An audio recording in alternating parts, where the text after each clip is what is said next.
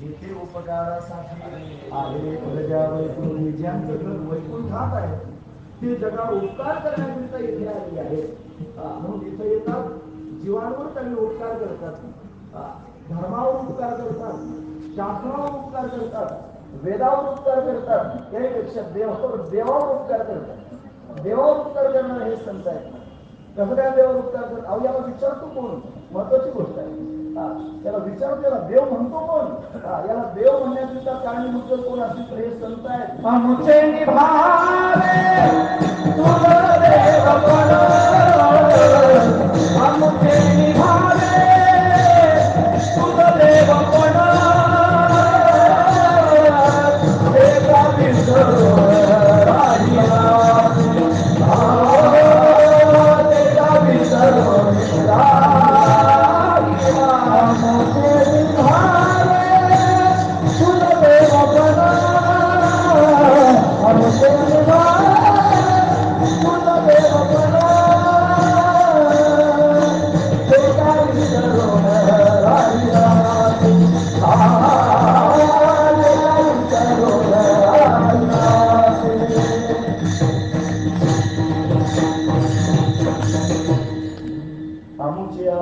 तुझं देवपण एका विसर एका सर्व राहिला की समर्थाची नाही उपकार स्मरण दिले आठवण वाचून आमच्या भावनेमुळे तू देव आहे महत्वाची गोष्ट आहे म्हणजे देवाचं देव पण हे संतांनी सिद्ध करावं सगळे लोक भगवंताची भक्ती करतात कोणामुळे करतात आणि हे संत मायबाप आपल्या घरापर्यंत येतात हात फिरतात लागून पाया तुम्हाला सरळ पाणी बोला मुखी नाम भगवंताचं नामचिंतन करा हाताने काळी वाजवा सगळ्या जगाला सांगतात ऐसे जागवितो जना सगळ्या जगाला जागवतो आहे जगदोगी जगदोगी जाग जाग बोलती भगवंताची भक्ती जगाला शिकवतात पण भगवंताचा प्रचार करतात प्रसार करतात त्याचा महिमा जगाला सांगतात म्हणून देवावर सुद्धा अशा पद्धतीने उपकार करतात म्हणजे जीवावर उपकार करतात देवावर उपकार करतात धर्मावर उपकार करतात शास्त्रावर उपकार करतात वेदावर उपकार करतात आणि वेद लोकांच्या समोर सांगण्यात आले हे तुका तरी सहज बोले वाणी त्याचे घरी वेदांत आहे पाणी वेदांत तुकोबरांच्या मुखातून सहज बाहेर पडतो वेदावर उपकार केला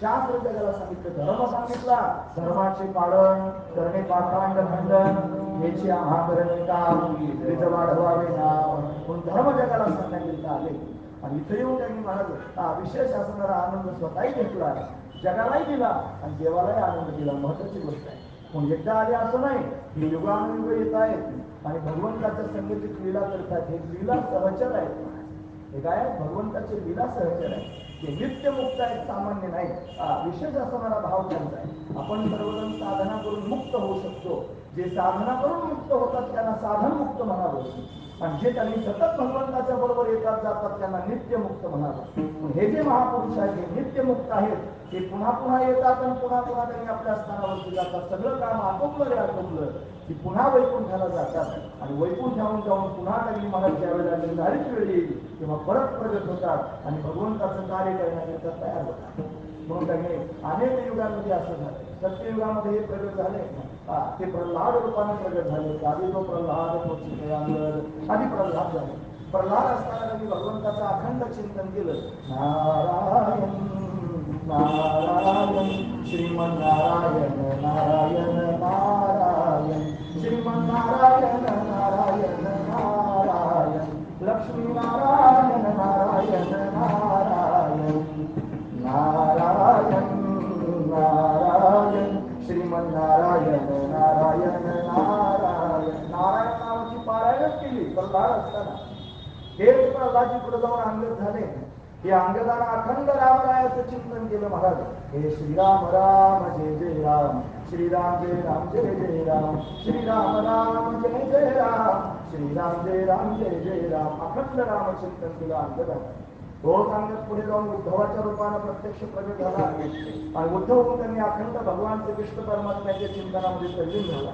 कृष्ण गोविंद हरे मुरारे हे नाथ नारायण वासुदेव हे नाथ नारायण वासुदेव हे नाथ नारायण वासुदेव हे नाथ मेरी यही प्रार्थना है भूलना मैं कभी नाम तुम्हारा निष्काम होते में दिन रात गाओ गोविंद दामोदर माधवेती. अखंड कृष्ण चिंतनामध्ये उद्धवानं स्वतःचं जीवन व्यतीत केलं. तेच उद्धवजी महाराज नामदेव महाराजांच्या रूपानं प्रत्यक्ष प्रगट झाले. चौयुगाचा भक्तनामा उभा कीर्तनी पाठी मागे डोळे झाकून उभे ते जणे. नामदेव महाराजांनी रात्रंदिवस पांडुरंगाचं चिंतन केलं.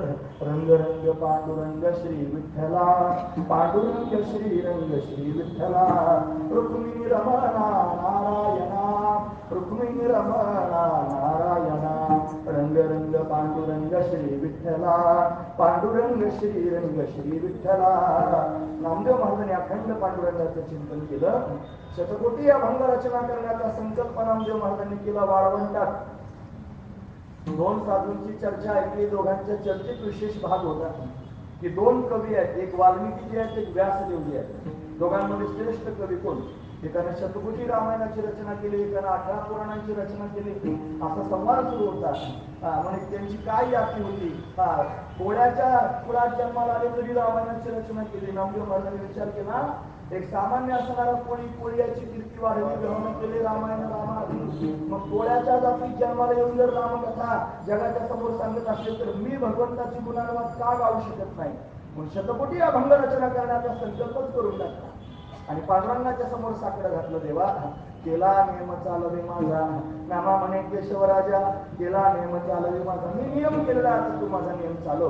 भगवंतानं चालवला. बरेचसे अभंग लिहून झाले. 4 कोटी अभंग त्यांनी महाराज शिल्लक राहिले. 96 कोटी झाले. पण 4 कोटी शिल्लक राहिले. नामदेव महाराजांचं आयुष्य 86 पेक्षा जास्त कमी झालं. नामदेव पायरीमध्ये गुप्त झाले. पण राहिलेले अभंग पूर्ण करायचे. मग काय करायचं?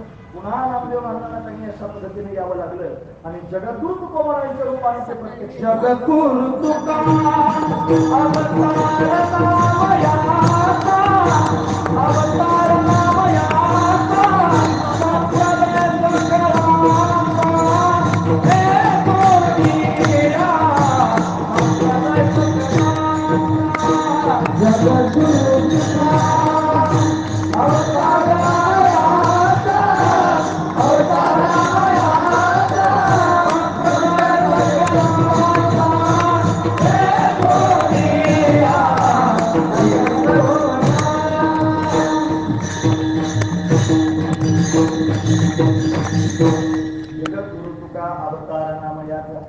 नामदेव महाराजांचा अवतार परत झाला आणि तेच नामदेव महाराज जगद्गुरु तुकोबारायांच्या रूपानं प्रत्यक्ष प्रगट झाले. तुम्ही ऐकतात ना सर्वजण?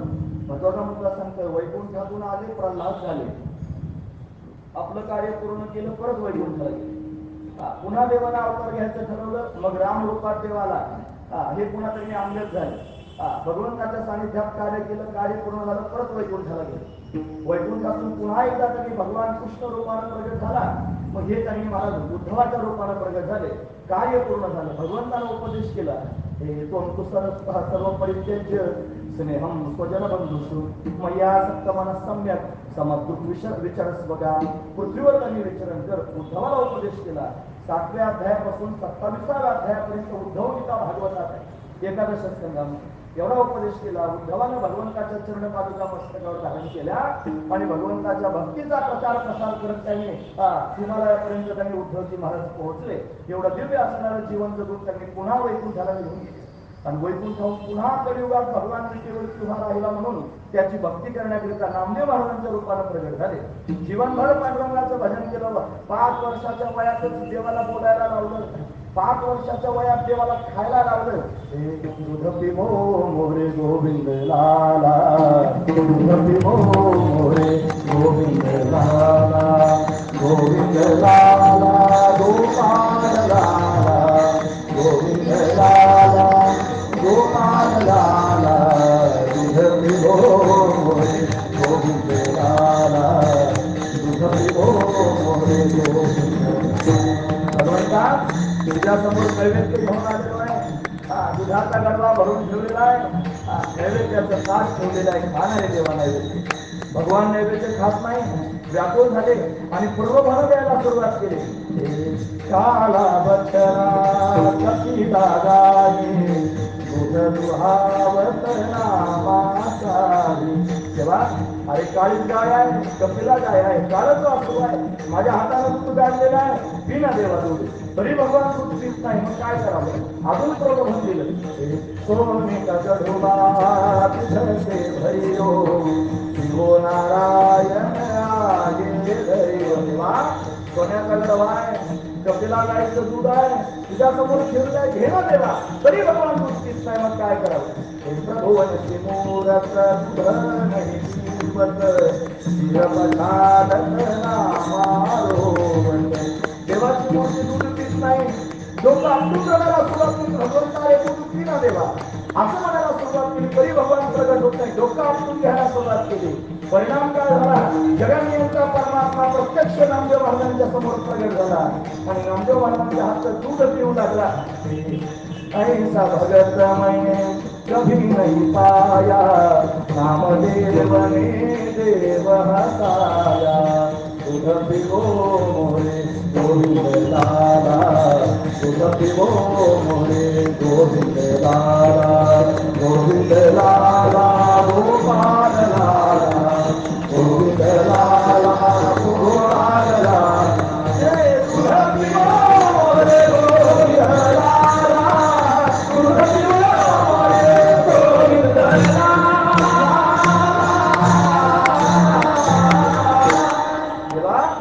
अरे दूध पिना भगवान प्रत्यक्ष प्रगट झाला, 5 वर्षाच्या वयात देवाला दूध प्यायला लावलं. नैवेद्य हातीचा मूर्ती जेवी, तो हे हा सामान्य महिमा संतांचा, नैवेद्य हातीचा मूर्ती जेवी. नामदेव महाराजांच्या रूपात असताना भगवंताला भाग पाडलं नैवेद्य खायला. 5 वर्षाच्या वयापासून तर 86 वर्षाच्या वयापर्यंत अखंड भगवंताची संगती नामदेव महाराजांनी केली. तेच नामदेव महाराज तुकोबरायांच्या रूपाने प्रगट झाले आणि तुकोबरायांच्या रूपाने प्रगट होऊन विठ्ठलाच्या भक्तीचा प्रचार प्रसार केला.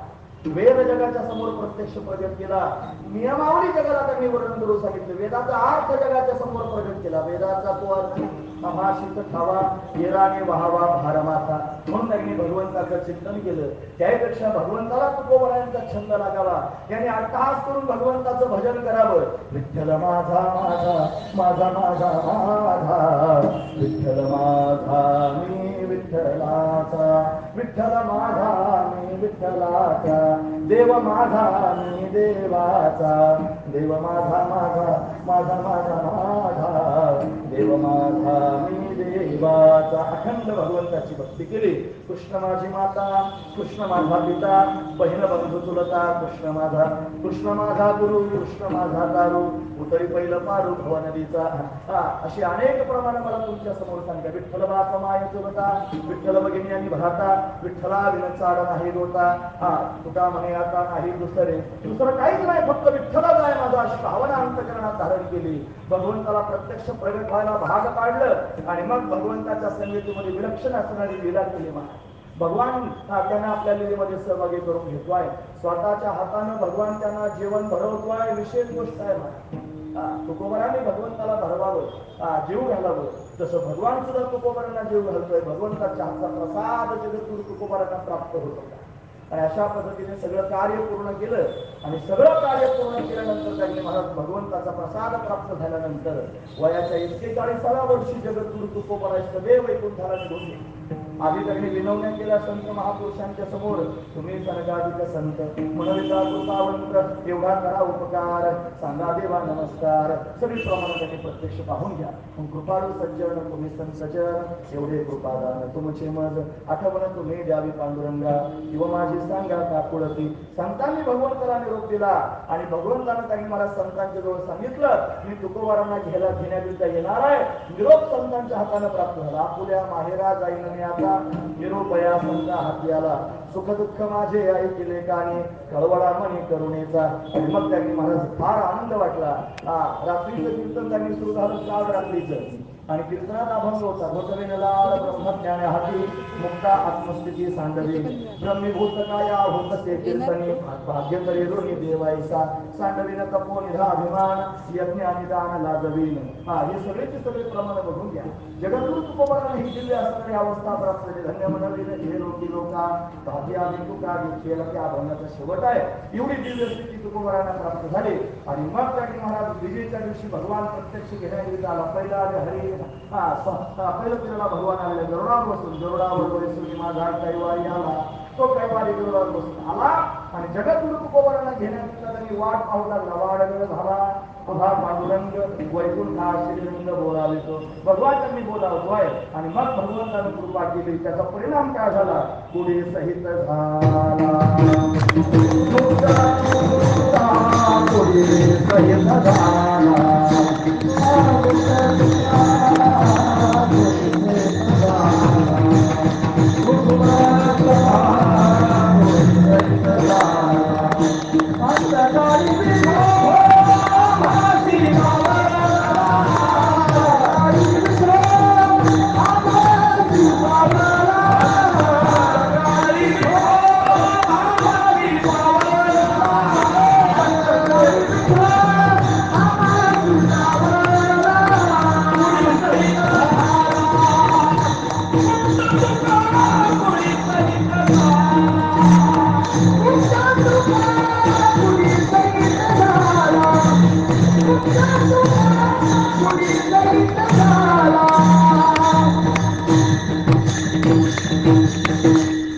अंतकाळी विठो आम्हासी पावला, पुढे सहित झाला. गुप्त तुका भगवान प्रसन्न झाला, घेण्याकरिता तुका वैसला विमानी. संत पाहती लोचनी तुकोबरा विमानात बसलेले आहेत आणि सगळे संत त्यांनी पाहतायत. तुम्ही ऐकतात ना सर्वजण? तसा मुद्दा तुम्हाला काल्याचं कीर्तन सोडून हे काय सांगतात? सगळेच लोक सकाळच्या कीर्तन आले नसतील ना वैकुंठ गमनाच्या, म्हणून त्यांनी प्राप्त प्रसंग असाच आहे की हा कार्यक्रमच म्हणत तुकोबरांच्या सदैव वैकुंठ गमनानिमित्त आहे. पण थोडीशी पूर्वपीठिका मांडून काल्यात प्रवेश केला पाहिजे, महत्वाची गोष्ट आहे. अभंगच त्याच्याकरिता घेतलेला आहे. म्हणून त्याने विमान आलेलं आहे. त्या विमानात तुकोबारांना बसायचंय, बसता येणार. महाराज उंच विमान थांबलेलं आहे. म्हणतात काळ प्रत्यक्ष प्रगट झाला. काळ गुलाम सलाम करी तुके या घरी राम तसे काळ उभा आहे. पण बसता येत नाही. काळानं सांगितले बघा, माझ्या मस्तकावर पाय द्या आणि मग विमानात बसा. प्रमाण सांगतो, जगा काळ काय आम्ही माथा दिला पाय, आम्ही काळाच्या मस्तकावर पाय दिला. पण तरी बसता येत नाही. मग काय करावं? ब्रह्मदेव प्रत्यक्ष प्रगट झाला. ब्रह्मदेवाच्या खांद्यावर त्यांनी अशा पद्धतीने हात दिला आणि मग त्यांनी वरती जाण्याकरिता निघाले. भगवंतानं विमानात बसण्याकरिता तुकोबारांना अशा पद्धतीने आमंत्रित केलं, या महाराज. आणि मग त्यांनी महाराज भगवंताने स्वतःच तुकोबारांना त्या विमानामध्ये बसवलं आणि मग सगळ्यांच्या समोर जगद्गुरु तुकोबाराय भगवंताच्या नामाचा घोष करत सदैव वैकुंठाला निघून गेले. आपण वारकरी आहोत. कोणी काहीही कोणत्या प्रकारची भाकर कथा सांगत असेल, कोणाच्या शब्दांवर विश्वास ठेवू नका. तुमच्याकडे श्रद्धेचे डोळे आहेत, तुमच्याकडे भाव आहे, तुमच्याकडे विश्वास आहे, तुमच्याकडे प्रेम आहे आणि त्यापेक्षा त्यांनी बसलेल्या लोकांमध्ये कुठेतरी जीवनामध्ये भगवंताच्या अस्तित्वाचा अनुभव आहे. आपल्या जीवनामध्ये असलेल्या भगवंताच्या अस्तित्वाचा अनुभव जोडा आणि त्या अनुभवाच्या दृष्टीने जगद्गुरु तुकोबाराय वैकुंठाला गेले की नाही ते बघा. जर अनुभव नसेल तर त्याला ते खरं वाटणार नाही. पण ज्याच्या जीवनात भगवंताच्या अस्तित्वाचा अनुभव आहे तो त्यांनी हे मान्य केल्याशिवाय राहणार नाही.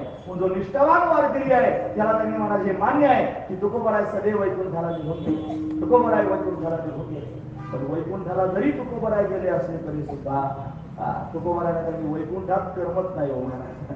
त्यांचे शब्द सांगतो, वैकुंठ जुनाट कोपट झोपडी नको आडाआडी घालू हरे. अरे वैकुंठ जुनाट कोपट झोपडी आहे, ती झोपडीच आहे का? तिथं त्यांनी राहावं असं वाटत नाही मला.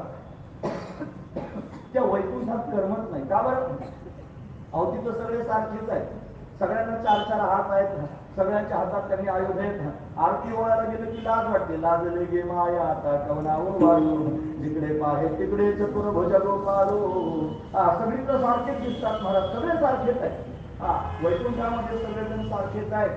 तिथं भेद नाही. सलोकता, समीपता, स्वरूपता, सायुज्यता, 4 प्रकारच्या मुक्ती. सलोकता म्हणजे त्या लोकात जाणं, स्वरूपता म्हणजे त्याच्यासारखं होणं, समीपता म्हणजे त्याच्या जवळ जाणं, सायुज्यता म्हणजे त्याच्याशी एकरूप होणं. अशा दिव्य स्थितीमध्ये सर्वजण त्यांनी जाऊन पोहोचतात. तिथे भेदभाव नाही. तिथं सगळा देवाचं देव आहे. तिथे एकत्व असणारी स्थिती पाहायला मिळते आणि एकत्वामध्ये आनंद प्राप्त होत नाही. एकत्वात आनंद प्राप्त होत नाही. अद्वैत स्थितीमध्ये समाधान नाही. मग ते समाधान जर कशात असेल तर भगवंताच्या दिव्य चरणांच्या सेवेत आहे. तिथं देव आणि भक्त हा भाव नाही. तिथं फक्त देवच देव आहे. देव आणि भक्त जर व्हायचं असेल तर इथे यावं लागेल या मृत्यू लोकांमध्ये. तुकोबाराय स्वतः वर्णन करून सांगतात, हे अद्वैती तो नाही माझे समान.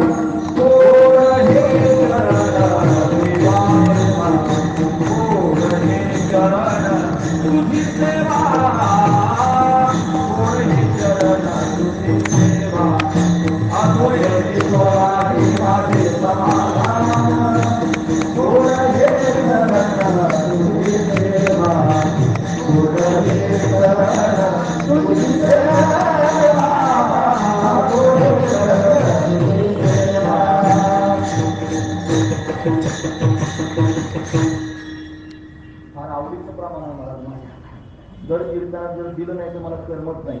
आठवण येतो नाही माझे समाधान, गोड हे चरण तुझी सेवा. खरं तर हे प्रमाण तिथं लावायचं. ब्रह्मात्मैक्य बोध जेव्हा प्राप्त होईल, जो ब्रह्माक्य ज्ञान ज्यावेळेला प्राप्त होतं, अभेद स्थिती तयार होते आणि त्या अभेद स्थितीत समाधान वाटत नाही. मग काय करावं वाटतं? परत तगणे ब्रह्मज्ञानाला डावलं नको. ब्रह्मज्ञान, आत्मस्थिती भाव, मी भक्त तू देवायचे तरी याच्यातच महत्व वाटतं. पण वैकुंठात समाधान वाटे ना, वैकुंठात त्यांनी कर्मेना हा पुन्हा खाली यावं लागलं. वैकुंठापेक्षा विशेष असणारं त्यांनी दुसरं स्थान माहिती आहे. म्हणजे काय? अधिकाक्षराहून एका भू वैकुंठ म्हणे तुका.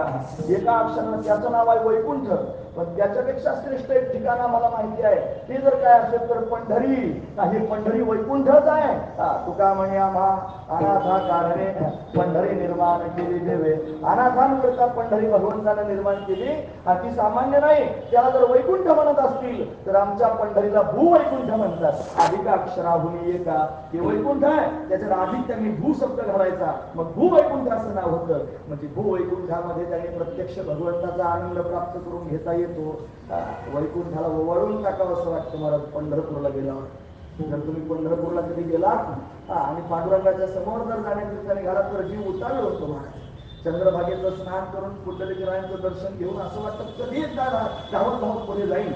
तुकोबरायांना नमस्कार करून नामदेव बाहेर डोकं घेऊन आतमध्ये महाद्वारातून प्रवेश केला की गरुड हनुमंताला त्यांनी असा गायगाने नमस्कार करून गरुड खांबाला भेटून रंग शिरेवर एक धक्का मार केली जाऊन उभा राहिला.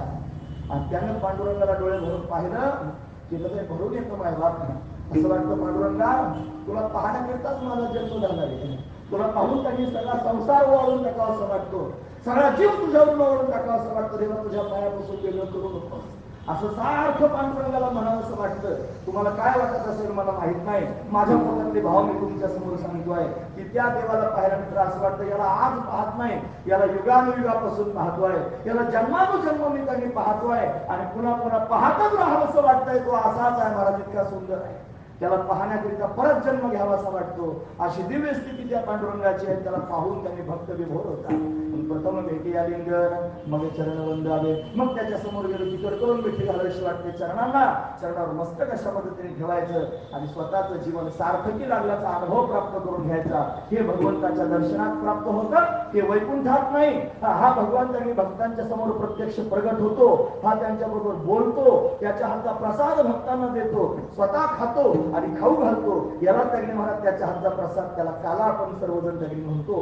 हा काला देण्याकरिता सज्जय महाराज देव, तो त्यांनी महाराज स्वतःच काला वाटतो. काला करीती संतजन सवे त्यांच्या नारायण वाटी आपल्या जहाजते भाग्याचा तो पावे येते. देव स्वतः काला भक्तांच्या समोर वाटतो. तुलाही शीतलागे हाती दोष कोणी त्या परती संत एकत्र आले रे आले आणि एकत्र येऊन काला करू लागले की हा भगवान संतांच्या मध्ये प्रत्यक्ष प्रगट होतो आणि प्रगट होऊन स्वतःच्या हाताने भक्तांना काला वाटायला सुरुवात करतो. म्हणतो घ्या मी तुम्हाला देण्याकरिता उभा आहे. आणि एकदा का त्याच्या हातचा काला प्राप्त झाला की जगातलं काहीच मिळवण्याचं शिल्लक राहत नाही. दिव्य असणारी स्थिती जीवनामध्ये निर्माण होते.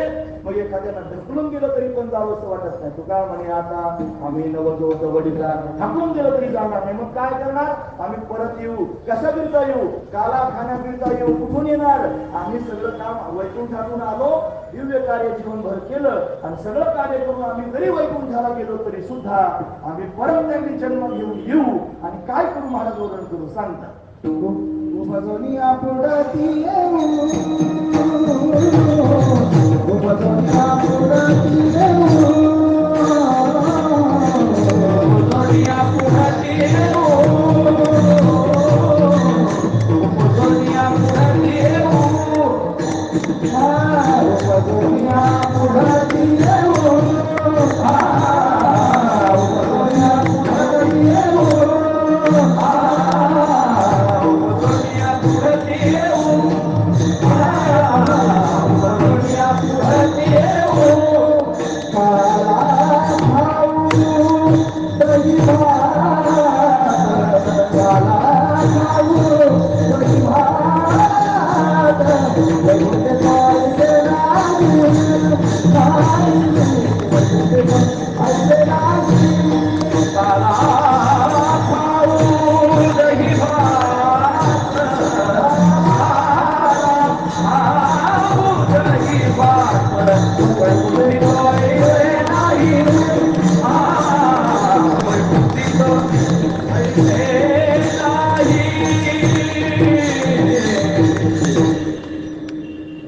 सगळे संत एकत्र येतील, संतांची संगती घडेल, सगळे संत भगवंताचं स्मरण करतील, भगवंताच्या स्मरणात काला करायला सुरुवात करतील आणि ते काला करू लागले की भगवंताला चैन पडणार नाही. हा दावत त्यांच्यामध्ये येईल आणि आल्यानंतर त्यांनी स्वतःच्या हाताने काला खाऊ घालील आणि असा काला खाऊन त्यांनी संतुष्टी प्राप्त होईल. तुझे हे संगती झाली आमची निश्चिंती, नाही ते केले ते मिळेल भोग सुखाचे सवळे, पण असोत आणि दिव्य वैभव प्राप्त होईल. तो काला भगवंताच्या हाताने प्राप्त होईल. म्हणून काला घेण्याकरिता उपद्रवनिया पुढते येऊ. उपदने म्हणजे जन्म घेणे, जन्म घेऊन परत येऊ. आता हे म्हणणं काय फक्त म्हणायलाच बरं वाटतं महाराज, असं आपण स्वतःहून काही म्हणू शकत नाही. छातीला हात लावून म्हणायचं उपदुनिया पुढत येऊ असं सगळ्यांना म्हणता येत नाही. त्याचं कारण आहे महाराज, ते फक्त संतच म्हणू शकतात, दुसरं कोणी म्हणू शकत नाही. सामान्य जीवाला म्हणता येत नाही का? जीवाला त्यांनी यावंच लागतं महाराज बळजबरी. त्याचं कर्म आहे ना महाराज, जन्म घेणे लागे वासने, त्याची वासना त्याला जन्माला कारण होते. पाप पुण्य करून जन्मा येतो प्राणी, पण पाप पुण्य त्यांनी महाराज अशा पद्धतीने घडलं की त्याला परत जन्माला यावं लागतं. म्हणून जीवाला जन्माला यावंच लागतं, महत्वाचा मुद्दा आहे. दुसरा देव आहे, त्याला बळजबरी आणावं लागतं, त्याची विनवणी करावी लागते. देवा अरे फार पापाचा भाग वाढला, दुराचारी जन्माला आले, धर्मावर आघात करू लागले, कीर्तन बंद पाडायला लागले, कीर्तनकारावर केस करायला लागले, लवकरात लवकर धावून ये असं त्यांनी भगवंताला म्हणावं लागतं. आणि मग तो भगवान अशा पद्धतीने धावत येतो. त्याला आणावं लागतं, जीवाला यावं लागतं, देवाला आणावं लागतं. पण संत असे आहेत महाराज, ते स्वतःहून येण्याचा विचार करतात. हा विशेष असणारा भाव संतांच्या ठिकाणी आहे. ते स्वतःच म्हणतात, घेईन मी जन्म या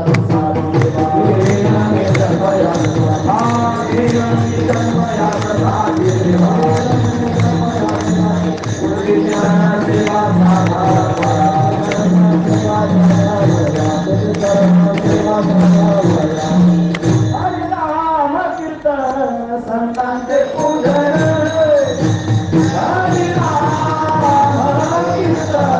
संतांचे पूजन,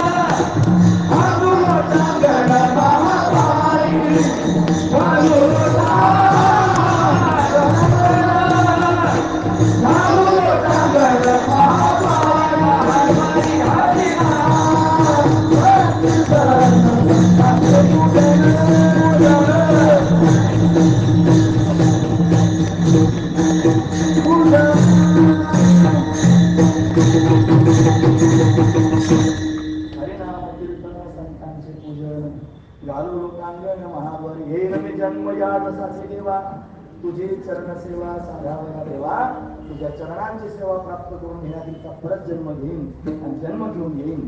म्हणून त्यांनी उपदुनिया पुढत येऊ, परत त्यांनी जन्माला येऊ आणि काय करणार? काला खाऊ दही भात, दही भाताचा काला भगवंताच्या हाताने प्राप्त करून घेऊ. वैकुंठात गेलेले आहात, वैकुंठाचा किती विशेष असणारा महिमा. मग वैकुंठामध्ये सगळं काय आहे, एवढं त्यांनी दिव्य स्वरूप वैकुंठात प्राप्त होतं. मग तिथंच काला करायचा ना, निर्दिष्ट दही भाताचा काला खाण्याकरिता वरून खाली यायचं मग काला खायचा. दही भात म्हणजे काय फार मोठी गोष्ट आहे का? नुसता संकल्प केला तरी दही भाताचे डोंगर तुमच्या समोर उभे राहते. तू म्हणजे हो गोष्ट खरी आहे का? पण दही भाताचा काला त्यांनी प्राप्त करून घ्यायचा, त्याच्याकरिता त्यांनी अवतार घेऊन यायचं. तो काला वैकुंठात मिळत नाही, तो काला त्यांनी वैकुंठात मिळायचं काही कामच नाही. तिथं त्यांनी एकत्व पाहायला मिळतं, तिथं देव भक्त हा भावच शिल्लक राहत नाही. हा काला खाण्याकरिता त्यांनी देव आणि भक्त व्हावं लागतं. दही आणि भात ही रूपकात्मक असणारी भाषा आहे. महत्वाचा मुद्दा आहे. हे रूपक आहे मला. दही आणि भात दोन गोष्टी आहेत. तुम्ही ऐकतात ना सर्वजण, माझ्याकडे वेळ कमी आहे, मी नॉनस्टॉप बोलतोय, पण तुम्ही सुद्धा माझ्याबरोबर नॉनस्टॉप चालायला पाहिजे. महत्वाची गोष्ट ऐकत राहा. महत्वाचा मुद्दा सांगतोय. दही आणि भात दोन परिवर्तित असणाऱ्या गोष्टी आहेत. दही त्यांनी डायरेक्ट दही होत नाही. मग दह्याच्या आधी एक अवस्था असते. काय अवस्था असते? दूध. दुधाचं परिवर्तन झालं की त्याला दही असं म्हणतात. भात सुद्धा त्यांनी परिवर्तित असणारी अवस्था आहे. भात डायरेक्ट भात नसतो. मग त्याच्या आधी काय असतं? तांदूळ असतो. त्या तांदळाचा भात होत असतो. आधी तांदूळ मग भात, आधी तांदूळ मग लाही. तांदळाचीच लाही होत असते. लाह्या मुरमुरी आपण पाहतो ना, पण आधी तांदूळ आहे ही पहिली अवस्था आहे, आणि त्याच्यानंतर त्यांनी महाराज लाही होत असते किंवा भात होत असतो ही दुसरी अवस्था आहे.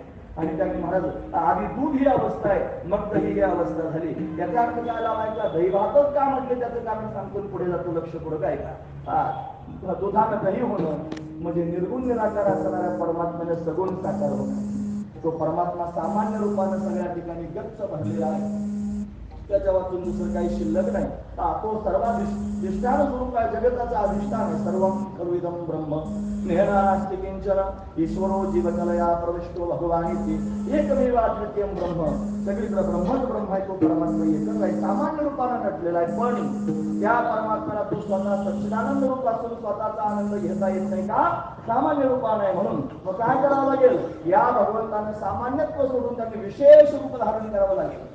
त्याला विशेष व्हावं लागेल. म्हणजे काय व्हावं लागेल? निर्गुणत्व त्यांनी टाकून सगुण व्हावं लागेल. तो निर्गुणच परमात्मा सगुण झालेला आहे. त्याला काही सोडून द्यावं लागलं नाही. मग तो त्याच निर्गुण स्वरूपाला धरून सगुण रूपामध्ये प्रत्यक्ष प्रगट झाला. आणि निर्गुण ते आकार आले, रूपा आले गुणवंत. निर्गुण तेच आहे, तेच आकार आला. तो हा विठ्ठल बरवा, तो हा माधव बरवा असं आपण रोज म्हणत असतो. तो म्हणजे काय? तो म्हणजे स्वरूप लक्षण. आणि हा म्हणजे काय? हा तटस्थ लक्षण. स्वरूप लक्षणानं जो निर्गुण निराकार स्वरूप आहे, तोच हा सगुण साकार होऊन भक्तांच्या समोर प्रगट होतो. म्हणजे जे दूध आहे ना, तेच मुरल्यानंतर दही होत असतं. हे जसं आहे तसं निर्गुण असणारा परमात्मा स्वतःच सगुण रूपानं प्रगट होतो. देवाला जर काल्याचा आनंद घ्यायचा असेल तर त्याला सगुण होऊन प्रत्यक्ष प्रगट व्हावं लागेल, म्हणजे विशेष व्हावं लागेल. आणि भक्तांना जर काल्याचा आनंद घ्यायचा असेल तर भक्तांनी विशेष राहायचं नाही. तुम्ही ऐकतात ना सर्वजण, आपण सर्वजण स्वतःला अमुक जातीचं, अमुक धर्माचं, अमुक पंथाचं, अमुक वर्णाचं, अमुक आश्रमाचं मानतो. आपण स्वतःला अमुक अमुक फलाना असं त्यांनी मानतो. हे मानणं हे विशेषत्व आहे. भक्ताच्या जवळ हे विशेषत्व नसावं. भक्ताच्या जवळ हा विशेष असणारा अहंकार नसावा. भक्तानं त्यांनी स्वतःच्या पोटात असणारा अहंकार म्हणजेच जीवपणा जाळून टाकावा. आणि जाळून टाकली महाराज अशा पद्धतीनं ब्रह्मरूप व्हावं, त्यानं सामान्य व्हावं. जोपर्यंत आपल्या ठिकाणी विशेषपणा काही फुगीरपणा आहे, तोपर्यंत आपण देवाच्या भक्तीमध्ये पदार्पण करू शकत नाही. ज्या दिवशी आपल्या पोटातला अहंकार आपण घालून टाकू आणि सामान्य होऊ, त्या दिवशी आपण भगवंताच्या प्रसादाचे अधिकारी होऊ. हे लक्षात ठेवा, महत्वाचा मुद्दा सांगताय.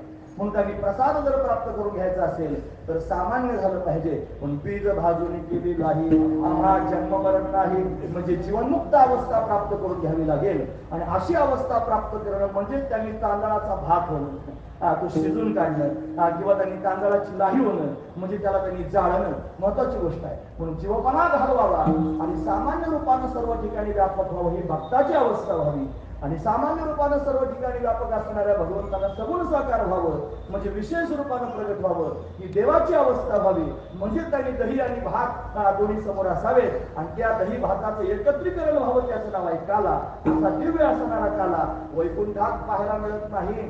तो जर मिळालाच कुठे तर तो फक्त या भूमंडलावर मिळतो. म्हणून महाराज वर्णन करून सांगतात, वैकुंठात काला मिळत नाही, भूमंडलातच मिळतो. वैकुंठी तो ऐसे नाही, वैकुंठी तो ऐसे नाही, वैकुंठी तो ऐसे नाही, वैकुंठी तो ऐसे नाही, वैकुंठी तो ऐसे नाही, वैकुंठी तो ऐसे नाही, वैकुंठी तो ऐसे नाही, वैकुंठी तो ऐसे नाही.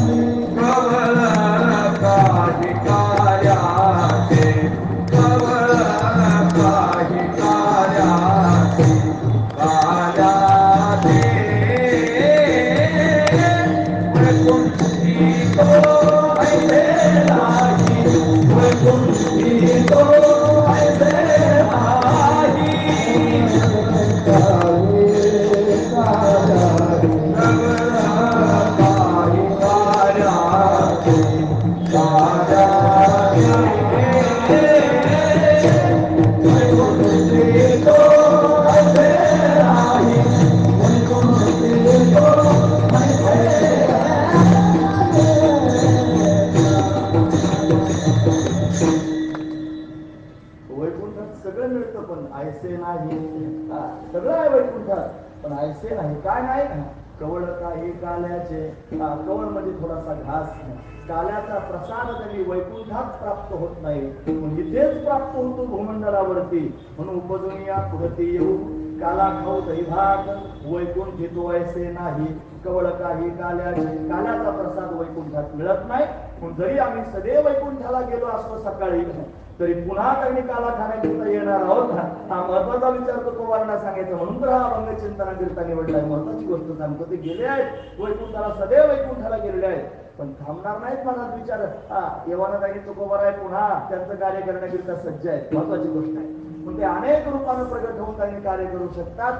उपजोनिया पुढते येऊ काला खाऊ दही भात, वैकुंठात मिळत नाही काल्याचा प्रसाद. होऊन येणार महाराज, तुम्ही येणार आहात, काला खाणार आहात, कुठे त्यांनी खाणार आहात आणि कोणाला देणार आहात हे सांगा. एकटेच खाणार आहोत काला, एवढा दिव्य असणारा काला जो वैकुंठात सुद्धा तुका म्हणे काला वैकुंठ दुर्लभ, वैकुंठात दुर्लभ असणारा काला विशेष हा लाभ संत संगे, संतांच्या संगतीत तो काला प्राप्त होतो, वैकुंठात मिळत नाही.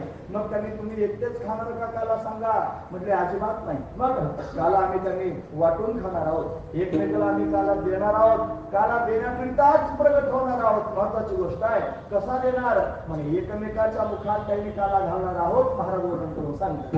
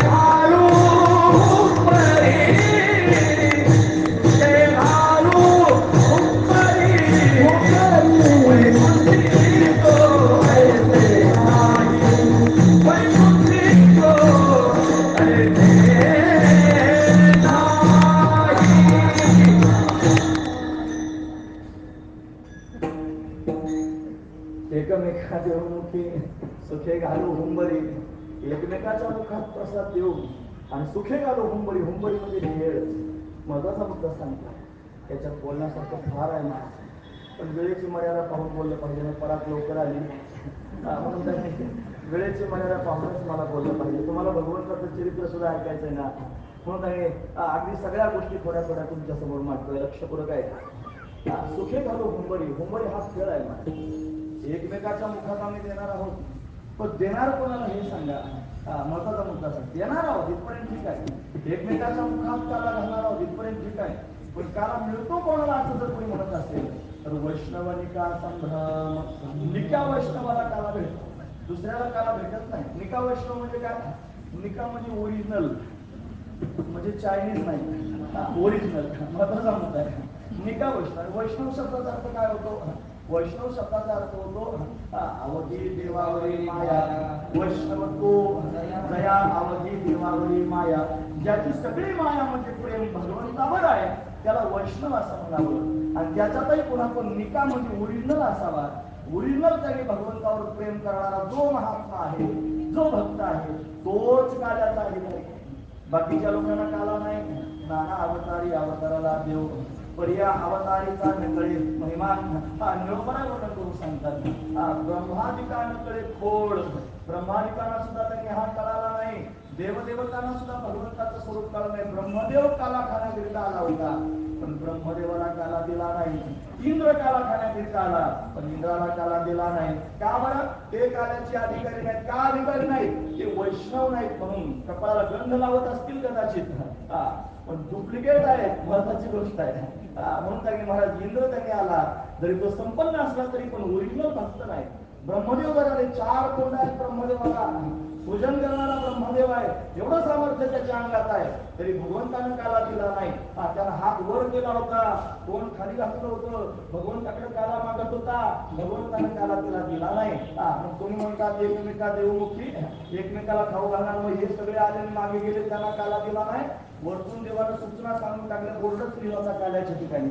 आधी ओसापरावती काला पहावया येते, देव विसरते देवभावा तुला. कोणते येणार आहेत, देवभाव विसरून त्यांनी काला पाहणार आहे, पण त्यांना काला द्यायचा नाही. काल्याचे या मिसे देव जळी झाले मासे, काला खाण्याकरिता पाण्यात मासे होतील, त्यांना द्यायचं नाही. मग काय करायचं? स्वतः काला खायचा, खाऊन त्यांनी बोट चांगले चाटून घ्यायचे, आणि अजून बोटाला जर काही शिल्लक राहिला असतं तर हात पिवी सांगा ते मागे हात पुसून प्रमाण सांगितलं बरं. आधी कीर्तनकारांना आता प्रमाणात बोलत गेलं पाहिजे.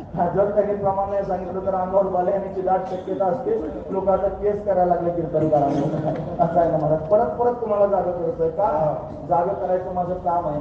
कारण आता त्यांनी महाराज सगळं झालं होतं, सगळ्या लोकांवर उघड्या करून झाल्या होत्या. आता फक्त वारकरी संप्रदायच राहिला होता, त्याच्याकडे तोंड फिरवायचं. आणि आता या नास्तिक मतवादी लोकांनी वारकरी संप्रदायाकडे तोंड फिरवलेलं आहे. म्हणून सगळ्या वारकऱ्यांनी सावध व्हा, आणि सावध होऊन एक संघ व्हा. एक संघ जर झाला तर तुमच्याकडे कोणी बोट दाखवू शकणार नाही. बऱ्याच वेळेला आपलं सगळं याच्या त्याच्या उच्चापती करता जातात. परमार्थात आता मी कीर्तन करायला आलेलं आहे. काय चांगले गुण असतील, काय वाईट गुण असतील, त्या वाईट गुणांना तिथं टाकून घ्या. चांगलं वाटत असेल तेवढं घ्या, बाकीच्या सगळ्या गोष्टींना त्यांनी दुय्यम करू नका. जेवढं घेण्यासारखं वाटेल ते घ्या, बाकीच्या गोष्टी समोर आणू नका. त्याच्यात आपली ऊर्जा खर्च करू नका. ऊर्जा कुठं खर्च करायची? भगवंताच्या दर्शनाकरिता ऊर्जा खर्च करा, भगवत प्राप्तीकरिता ऊर्जा खर्च करा.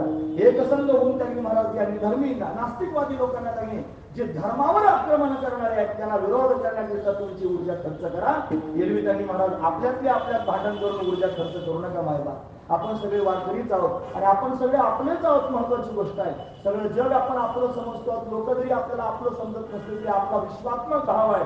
माऊली ज्ञानोबराने विश्व प्रार्थना दिली, आता विश्वात्मके देवे येणे वागत दोषावे, दोषो निमत द्यावे. एका करता नाही, जगाकरिता दान मागितलं. वारकरी संप्रदाय व्यापक आहे आणि वारकरी संप्रदाय विश्वात्मक आहे. कोणी समजू अगर न समजू, आपण आपल्या भूमिकेत राहावं. पण आपण सगळ्यांनी एक संघ व्हावं. वसुधैव कुटुंबकम या भूमिकेत जाऊन आपण त्यांनी एक संघ व्हावं, म्हणजे धर्मावर आलेली बला त्यांनी अशा पद्धतीने आपल्याला डावलता येईल. असू द्या, बोलण्याच्या ओघात त्यांनी बरंच दूर जाण्याची शक्यता असते. ब्रह्मदेवादिक त्यांनी आले आणि ते काला मागतात. हात पिरी सांगा ते असं मी सांगत होतो. म्हणजे हात त्यांनी पिरला पुसून टाकायचे, पाण्यात धुवायला जायचं नाही. का बरं? त्यांना काला द्यायचा नाही. महाराज ब्रह्मदेवाला काला नाही, स्वर्गातल्या लोकांना काला नाही. तो म्हणता एकमेका देवमुखी. मग कोणाला देणार आहात? म्हणजे जो ओरिजिनल भक्त आहे, तो वैष्णव आहे, भगवंताच्या ठिकाणी समर्पित आहे, अनन्य भक्ती करणार आहे, त्याला आम्ही काला त्यांनी देणार आहोत. म्हणून त्यांनी त्याला काला देण्याकरिता अशा पद्धतीने सज्ज आहे. महत्वाची गोष्ट बरोबर ठीक आहे म्हटले. आम्ही सुद्धा अनन्य भक्त होऊन काला घेण्याकरिता येणार आहोत. वैष्णव होऊन त्यांनी काला घेण्याकरिता येणार आहोत. कोणत्या ठिकाणी यायचं तेवढं सांगा. मग त्यांनी अभंगाच्या शेवटच्या चरणात ठिकाण सांगतात. तुकामने वाळवंत, तुकामने वाळवंत, तुकामने वाळवंत,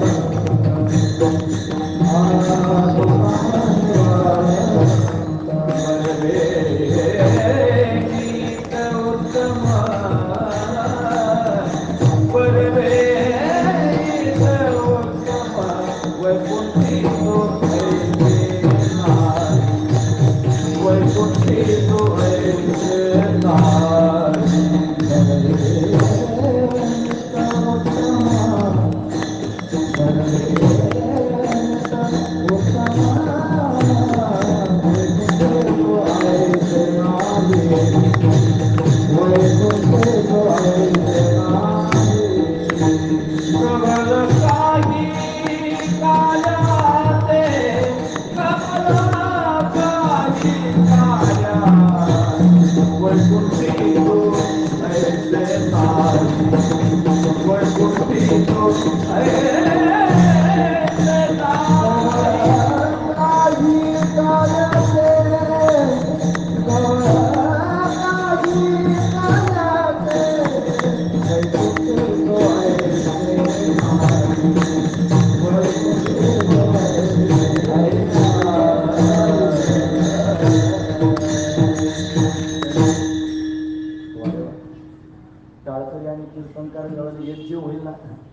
दर्शनाचा आनंद येतो त्यांच्याकडे फक्त पाहिलं तरी त्यांना कळतंय की याला काय म्हणायचंय, महत्वाची गोष्ट आहे.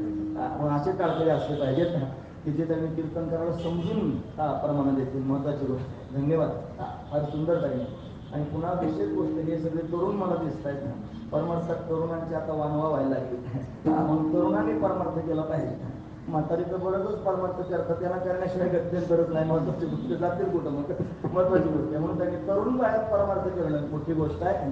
असो, तुका म्हणे वाळवंट बरवे नीट उत्तम, वाळवंटच त्यांनी बरं आहे, नीट आहे, उत्तम आहे. वाळवंटाचंच नाव का घेतलं असेल, लांब लचक मला बऱ्याच गोष्टी सांगता येतील, त्यातले विशेष असणारे भाव सांगते. पण एक महत्वाचा मुद्दा सांगतो, वाळवंट असा असतो. वाळवंट म्हणजे वाळू, नदीच्या काठावर त्यांनी नदीत वाहत आलेली वाळू, त्याला वाळवंट असं म्हणतात. या वाळवंटात कोणी शेती केलेली पाहिजे का तुम्ही? त्याच्यात काही काही उगवतं का? वाळवंटात काही उगवत नाही. जिथं उगवत नाही त्यालाच वाळवंट म्हणतात. म्हणजे वाळवंट त्यांनी फक्त नदीच्या काठावरचं वाळवंट सांगायचं नाही. म्हणजे वाळवंट म्हणजे काय? कर्तव्य अभावाचा स्थिती निर्माण होणं, जीवनमुक्त स्थिती होणं, हेच वाळवंट आहे.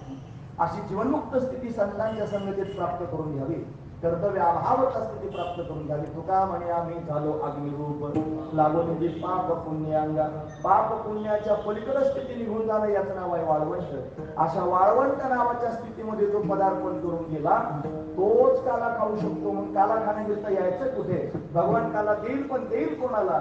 जो त्यांनी मला सगळा संसार जाळून बसलाय. जाळून संसार बैसलो अंगणी, तुझे नाही मनी मानसी हे. किंवा तुकोबर आहे म्हणतात, संसारा आगी आपुलीने हाते, लावणे मागून दे पाहू नये. तुका म्हणे व्हावे कैशा परी धीट, पतंग हा नीट दीपास होई. म्हणून त्यांनी महाराज जसा पतंग दिव्यावर त्यांनी घडत घालून जातो, जळून भस्म होतो, तसं स्वतःचं जीवन ज्यानं भगवंताकरिता देऊन टाकलेलं आहे आणि सगळा संसार जाळून त्यांनी भगवंताच्या भक्तीकरिता सज्ज झालेला आहे. ती स्थिती प्राप्त होणं याचं नाव आहे वाळवंट. आणि अशा वाळवंट स्थितीत गेलं की काला प्राप्त होत असतो. तुका म्हणे वाळवंट बरवे, तेच त्यांनी महाराज बरोबर आहे. तेच नीट आहे. वाळवंटामध्ये शीतलता असते महाराज. उन्हानं जरी वाळू आपल्यासारखी दिसत असली तरी सुद्धा थोडी जर वरची वाळू बाजूला केली तर आतमध्ये शीतलता आहे. हा महत्वाचा विचार आहे. तिथं काही उगवत नाही, तिथं शीतलता आहे. तिसरा मुद्दा, नदीला त्यांनी प्रचंड वाहणारं जे पाणी आहे ते पाणी वाळवंटामध्ये घाण शिल्लक ठेवत नाही, आपल्या बरोबर घेऊन पुढे निघून जातं. म्हणून वाळवंट हे निर्मळ सुद्धा असतं, बरोबर आहे, नीट आहे, उत्तम आहे. आणि अशा वाळवंटात त्यांनी काला होतो. हे एक कारण आहे. वाळवंटात या. दुसरं कारण सांगतो, भगवंतानं सुद्धा त्यांनी मला कृष्ण रूपामध्ये काला केला. तो काला कुठे केला असेल तर तो सुद्धा यमुनेच्या वाळवंटात केला. म्हणून काला वाळवंटातच होत असतो. म्हणून पुढे तीच परंपरा अशा पद्धतीने चालू राहिली. पण हा परमात्मा काला शब्दाचा अर्थ प्रेम सुद्धा करता येईल, प्रेम देत असतो. हा त्यांनी प्रल्हादाच्या रूपात, नरसिंहाच्या रूपात प्रगट झाला, गुरु गुरु भगवान करत होता. या भगवंतानं प्रल्हादाला मांडीवर घेतलं, उचलून घेतला कळीवरी, भक्त सुखे निमाला, त्याच्या मस्तकावर हात फिरू लागला आणि जिभेनं त्याचा गाल चाटू लागला. हे काय आहे? प्रेम देणं आहे महाराज. हे प्रेम भगवंतानं दिलं. हा अंगदाच्या रूपात प्रत्यक्ष प्रगट झाले ज्यावेळेला तुकोबर आहे त्यावेळेला त्यांनी महाराज वाली मारला ना, वालीचाच मुलगा होता अंगद. ज्या वेळेला वाली मरतो आहे तेव्हा या वालीने त्यांनी प्रभू रामचंद्रांच्या हातात हात देऊन टाकला अंगदाचा. सांगितलं तेव्हा मी मरणार आहे, याचा बाप आहे, मला याची चिंता वाटते. पण आजपासून त्यांनी महाराज बापाचं प्रेम जर याला कोणी द्यायचं तर तू द्यायचं. तुझ्या मुलासारखं प्रेम कर देवा अंगदावर. भगवंतानं भरभरून प्रेम अंगदावर केलं. माझ्याकडे वेळ नाही तरी पण प्रसंग सांगतोय. ज्या वेळेला भगवान त्यांनी रावणावर विजय प्राप्त करून पुन्हा अयोध्येत आले आणि आल्यानंतर प्रत्येकाला काही ना काहीतरी भेट वस्तू देऊन बोलवण करण्याचे विचारत होते. मग सगळ्यांची बोलवण करायची होती. अंगदाचं नाव यादीत आलं आणि बोलवण करण्यानंतर त्याला काही वस्तू द्यायच्या. तो ज्या आसनावर बसला होता ना त्याचं नाव 10 वेळा उच्चारलं तरी उठला नाही मला. आणि तू उठत का नाहीस? मग त्यांनी बोलायला सुरुवात केली, देवा हे कशाकरिता बोलावतोय? बोलवण करण्याकरिता ना, पाठवण करण्याकरिता ना. मला बोलावतोय पाठवण करण्याकरिता. मी जाईन कसा? तुला आठवत नाही का माझ्या वडिलांना तो वचन दिलेलं आहे की कधी याला अंतर देणार नाही. देवा माझं नाव त्या यादीतून बाजूला काढून टाक, मी अखंड तुझ्या चरणांच्या जवळ राहणार आहे. या रामानं जीवनभर अंगदाला त्यांनी जवळ ठेवलं, भरभरून प्रेम दिलं. मला महत्वाची गोष्ट आहे, हेच प्रेम उद्धवाला प्राप्त झालं आणि गोपाळांना प्राप्त झालं. उद्धव भगवंताचा सखा आहे. कृष्ण नाम प्रवरो मंत्री, कृष्णस्य दैत सखा सखाय. म्हणून सख्याच्या रूपात त्यांनी उद्धवाला प्रेम दिलं. फक्त उद्धवाला दिलं असं नाही, सर्वांना दिलं. प्रेम द्या, वर द्या, वाकुड्या, श्रीराम, सुदाम, मधुमंगल, मनसुख सगळ्या गोपाळांची नावं तुम्ही बघा. हे सगळे गोपाळ भगवंताला फार प्रिय आहेत. या सर्वांना प्रेम देण्याकरिता परमात्मा प्रत्यक्ष प्रगट झाला. सर्वजण तपस्यात कल्पची कल्प तपश्चर्या केली. भगवंताने प्रसन्न होऊन सर्वांना सांगितलं मी येणार आहे, तुम्हाला प्रेम देण्याकरिता मी येणार आहे. कुठे येणार आहे देवा? मी त्यांनी गोकुळात प्रगट होणार आहे, तुम्ही सगळेजण तिथे या. ठीक आहे, सगळेजण गोपाळ होऊन भगवंताच्या आधी प्रगट झाले. देवाची वाट पाहू लागले, देव येत नाही, व्याकुळता निर्माण झाली. मग त्यांनी भगवंताने त्यांची व्याकुळता जाणली आणि मग जाणून निमित्त करून यायचे. काय निमित्त केलं? कंसासारखे, जरासंधासारखे, दुर्योधनासारखे, दुःशासनासारखे वाईट प्रवृत्तीचे लोक जन्माला आले. ज्यांचा निष्पाप करायचा पृथ्वीवर पापाचा भार वाढला. पृथ्वीनं भगवंताच्या समोर गारणं केलं. देवानं गारणं ऐकलं. आकाशवाणीने सांगितलं देवकीच्या घरी भगवान येणार आहे. देवकी कंसाची चुलत बहीण आहे. तिचा विवाह वसुदेवाबरोबर झाला. विवाहातच विघ्न आलं आणि कंसा मूर्खा, जिची वरात मिळवतोय तिच्याच पोटी आठवा येऊन तुला मारणार आहे. कंसाला बातमी कळाली. कंस त्यांनी महाराज देवकीला मारहाण करू लागला. वसुदेवाने हात पकडला. मग दोघांना बंदीखान्यात नेऊन टाकलं. यथाकाल देवकीला 6 लेकरं झाली. कंसानं मारून टाकली. 7वा गर्भ आला. तो योगमायेनं पळवला. भाद्रपद शुद्ध षष्टीला बलभद्राचं प्राकट्य झालं आणि अष्टम गर्भरूपाने परमात्माचा प्रत्यक्ष प्रगट होणार आहे. देवकीचं तेज वाढू लागलं. कंसाचं हृदय जळू लागलं. देवदेवता काळात हात येऊन गर्भस्तुती करू लागल्या. भगवान आश्वासन देतोय मी येणार आहे, सर्वांना दुःख मुक्त करणार आहे. पण देव येण्याची वेळ त्याची जवळ आली. श्रावण महिना आला. त्याच्यात वद्य पक्ष आहे, अष्टमी तिथी आहे, बुधवारचा दिवस आहे, रोहिणी नक्षत्र आहे, चंद्रवत चांगला आहे. ग्रह नक्षत्र भगवंताला अनुकूल आहे आणि अशा कालावधीमध्ये रात्रीच्या 12 वाजता कारागृहामध्ये लख असणारा प्रकाश पडला. त्या लख प्रकाशातून एक दिव्य असणारी मूर्ती आकाराला आली. 8 वर्षाची चतुर्भुज असणारी भगवंताची मूर्ती प्रत्यक्ष प्रगट झाली. भगवान प्रगट झाला. वसुदेवाने नमस्कार केला. दोघांमध्ये थोडा संवाद झाला आणि मग भगवंताने सांगितलं मी आलो, गोष्ट खरी आहे पण थांबणार नाही. मला जायचं म्हणजे कुठे जायचं महाराज वर्णन करून सांगता. नंदाच्या घराला,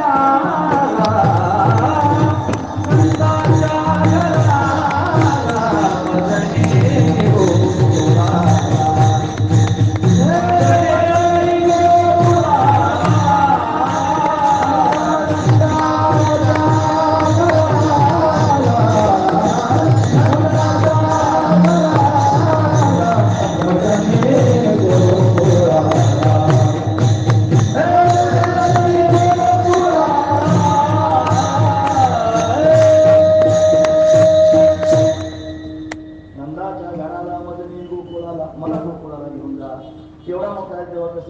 भगवान लहान झाले. देवकीनं देवाला हातात घेतलं, स्तनपान करू लागले. पण दुसऱ्या क्षणाला आठवलं कंसाला मग काय करू? सोडा सोडा मिठी लपवा लपवा जरी घेतली धने कंसासी कळेल माझ्या बाळाशी मारेल. म्हणून त्यांनी वसुदेवाच्या हातात भगवंताला दिलं. उचलेला कमळापती पायची पण धने गळती बंधनं गळून गेली. मग देवाला टोपलीत घातलेले, डोक्यावर घेतलं. दोडो पाऊस पडू लागला. यमुनेला पूर आला. भगवंतानं चरण स्पर्श केल्याबरोबर यमुना दुभून गेली. पलीकडच्या काठाला गेले. यशोदाराणीच्या समोर कन्या प्रगट झाली होती. आपला मुलगा तिथे ठेवला. कन्या आपल्या बरोबर घेतली. पुन्हा कारागृहात वसुदेवजी महाराज आले. बरोबर 9:30ला आले. आल्यानंतर त्यांनी म्हणत त्या मायेने आकांत करायला सुरुवात केली. ती माया आकांत करते आहे. कंस धावत झाला महाराज. कंसाने पाहिला अरे हा मुलगा होणार होता, मुलगी झाली. असुद्या म्हणला 8वी संतती आहे मारली पाहिजे. हातात घेऊन गरगर करून आपलं मारण्याचा विचार करतोय. हातातून निसटली आणि जगदंबा भवानी अष्टभुजा नारायणी प्रत्यक्ष प्रगट झाली. कंस तिला पाहता खरं तर कंस भाग्यवान आहे. ती जगदंबा कोणाच्या समोर प्रगट होत नाही, ती त्याच्या समोर प्रगट झाली. तो भाग्यवान आहे म्हणून तर देवाच्या हाताने मुक्ती प्राप्त झाली. त्याचं भाग्यच आहे मला. असं वाटतं कंसाची विशेषता व्हावं वाटे. जसं माऊली त्यांनी म्हणतात अर्जुनाची विशेषता व्हावं वाटे. कारण अर्जुनाचं वेळ देवाला जवळ विषय अर्जुनाचे लागले. देवाला जसं अर्जुनाचं वेळ लागलं होतं तसा कंस त्यांनी रात्रंदिवस भगवंताचं चिंतन करत. तो माझा शत्रू आहे, मला मारायला येईल. तो माझा शत्रू आहे, मला हा भयानं भगवंताचं चिंतन करत होता. असा असणार हा कंस आहे. मग त्याची तपश्चर्या सुरू झाली होती. भगवती प्रत्यक्ष प्रगट झाली. अष्टभुजा नारायणी हे आई गिरी नंदिनी नंदित मेदिनी विश्व विनोदिनी नंदिनी शिरोधिनी वासिनी विष्णु विलासिनी विष्णु हे भगवती हे शितिगंध कुटुंबिनी भूरि कुटुंबिनी भूरि सुते जय जय हे महिषासुरमर्दिनी रम्यकपर्दिनी शैलसुते आई गिरी नंदिनी नंदित मेदिनी विश्व विनोदिनी नंदिनुते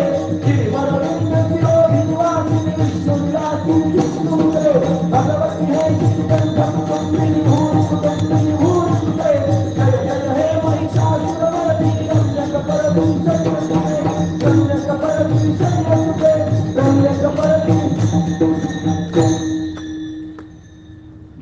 प्रत्यक्ष प्रगट झाली त्याला दिसली काय ती म्हणते आहे की मया हतो मंदहा मंद म्हणजे मूर्ख मूर्खा मला काय मारतोस का तुला मारणारा माझ्या आधी जन्माला तुझं लागे देईन उपदला तुझ्या आधी कंसाला भय निर्माण झालं भगवान तिकडे त्यांनी जाऊन पोहोचलेले आहेत भगवंताच्या प्राकट्याची बातमी सगळ्यात आधी त्यांनी सुनंदीला कळली नंदराजाची बहीण आहे नंदाला दोन बहिणी आहेत एक नंदा आणि दुसरी सनंदा तुम्ही भागवत कथा ऐका म्हणजे तुम्हाला विस्ताराने ऐकायला मिळेल म्हणून त्यांनी महाराज सुनंदा यशोदेची सेवा करण्याकरिता गेली होती भल्या पहाटे तिला जाग आली खिडकीतून डोकावून पाहिलं नीलमण्यासारखा चमकणारा माझा कन्हैया तिला दिसला घाईघाईनं धावत आतमध्ये गेली यशोदा राणीला झोप पहिली जाग्या व्हा यशोदा जागी झालेली आहे कन्हैयाला पाहिलं फार आनंद झाला हृदयाला लावलं त्याला स्तनपान करू लागली आणि आता लागली ही सुनंदा आनंदराजाकडे धावत गेली भैया भैया हाका मारती आहे काय सुनंदे का हाका मारती आहे मोठी आनंदाची गोष्ट आहे वहिनी प्रसूत झालेल्या आहेत तुम्हाला मुलगा झालेला आहे लाला वय आनंदाचं त्यांनी वातावरण निर्माण झालं नवरत्नांची माळ त्यांनी सुनंदेला आनंदराजाने देऊन टाकली सुनंदा गवळण सगळ्या गावात फिरू लागली गवळण सांगे गवळणीला पुत्र झाला यशोदेला मुलगा झाला सगळा गाव आनंद विभोर झाला देवाला त्यांनी भल्या सकाळी पाळण्यात घातलेला आहे 4 दरवाजे नंद भवनाला चतुष्याला असणारं घर आहे 4ही दरवाजांमधून त्यांनी नंदा घरी झाली ताटी सर्वजण भगवंताला पाहण्याकरिता येऊ लागले आणि भगवंताला पाहून गोकुळवासी लोकांना एवढा आनंद झाला की तो शब्दात वर्णन करता येत नाही त्याचा लेखात वखार करता येत नाही महाराज वर्णन करून सांग गोकुळच्या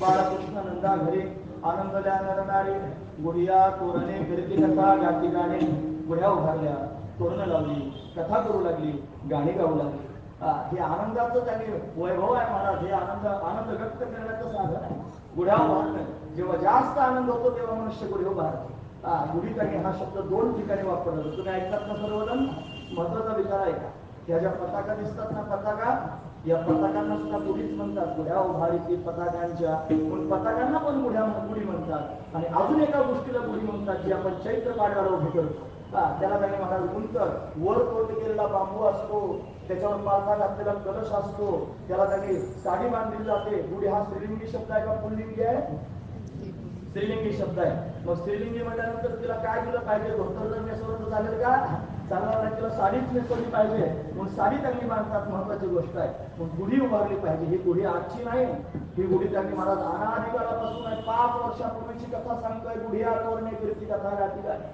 पण 5000 वर्षापूर्वी गोकुळवासी लोकांनी गुढ्या उभारल्या माऊली ज्ञानोबारांनी 700 वर्षापूर्वी गुढीचं वर्णन करून सांगितलं ते म्हणतात हे आदोर तो गुढी काढी प्राण नवाची पेंढी बांधून घाली उडी मध्यमे माझी संकल्प विकल्पाचे लुगडे फेडोनी मन उघडे बुद्धी मागलीकडे उगाचे पैसे म्हणजे 700 वर्षापूर्वी सुद्धा ज्ञानोबारांनी गुढी जगाच्या समोर सांगितली पण गुढी आजची कालची नाही आता अलीकडे त्यांनी गुढीचा संबंध कुठेही लावला जातो आणि तुमचा मतभेद त्यांनी बुद्धीमध्ये भेद निर्माण करून तुमच्या संस्कृतीला त्यांनी आता घडवायचं काम सुरू केलेलं आहे म्हणून षडयंत्र जरा जाणार लोकांनी अलीकडे गुढ्या उभारायच्या बंद केल्या मायबाप हात जोडून तुमच्या समोर विनंती करतो आपला धर्म सांभाळा धर्मावर प्रेम करा हे बघा दुसऱ्या कोणाच्या धर्माची निंदा करू नये इथे त्यांनी कंबर बांधून घेऊ बाहेर तुमच्या समोर एक धर्माचं व्यासपीठ आहे आणि धर्म सांगणं माझी जबाबदारी आहे पण जबाबदारीने मी तुमच्या समोर धर्म सांगतोय हा धर्म सांभाळा आणि संस्कृती साधू संतांची जपात ही महत्वाची गोष्ट आहे की जर आपण जपली नाही तर उद्याचा दिवस त्यांनी फार घातक येऊ शकतो हे लक्षात ठेवण्यासारखी गोष्ट आहे म्हणून ऋषीमुनींची परंपरा साधू संतांची परंपरा जपून ठेवा गुढ्या त्यांनी उभारल्या पाहिजे आता अलीकडे म्हटलं हे आता काल आपण होळी पेटवली की नाही म्हणजे आता होळ्या पेटवायची नाही म्हणजे काय होतं त्याला फार प्रदूषण होतं म्हणजे होळ्याने प्रदूषण होतं काय तुमच्यात घालून देखील त्यांनी सांगता येत नाही तिळगुळ वाटतात की नाही मला संक्रांतीला आपण वाटतो म्हणजे तिळगुळ वाटायचं नाही त्यानं देशाचं नुकसान होतं साखरेचं आणि लोकांना डायबिटीस होतं म्हणे तिळगुळ खाल्ल्याने मग तिळगुळ वाटायचे नाही. काय कोण सांगेल सांगता येत नाही, कोणाचं ऐकू नका, संतांचं ऐका. असू द्या, वेळ कमी आहे ना तरी पण निरोप सांगला. कारण आता पाडवा समोर येणारच नाही की नाही, पण त्यावेळेला सगळ्यांनी त्यांनी अशा पद्धतीने गुढे उभारा पता केला. जर पुढे म्हणत असाल तर वर्षभर आपल्या घरावर त्यांनी वारकऱ्याची पताक मिळू द्या ना महाराज, फडफड फडफड फडकू द्या. एका बाजूला नाही, 4 ठिकाणी लावायला जागा असेल तर घराच्या 4ही टोकाला लावा आणि वारकऱ्याची पताक आपल्या घरावर फडकू द्या. पण गुढीच्या दिवशी गुढीच उभारा, महत्वाची गोष्ट आहे. म्हणून सगळ्यांना आनंद झाला. गुढिया, तोरणे, करीती कथा, गाती गाणे, सर्वजण आनंदाने कथा करू लागले, गाणी गाऊ लागले. इकडं सर्वांना आनंद झाला, गोष्ट खरी. पण कंसाला मात्र दुःख झालं.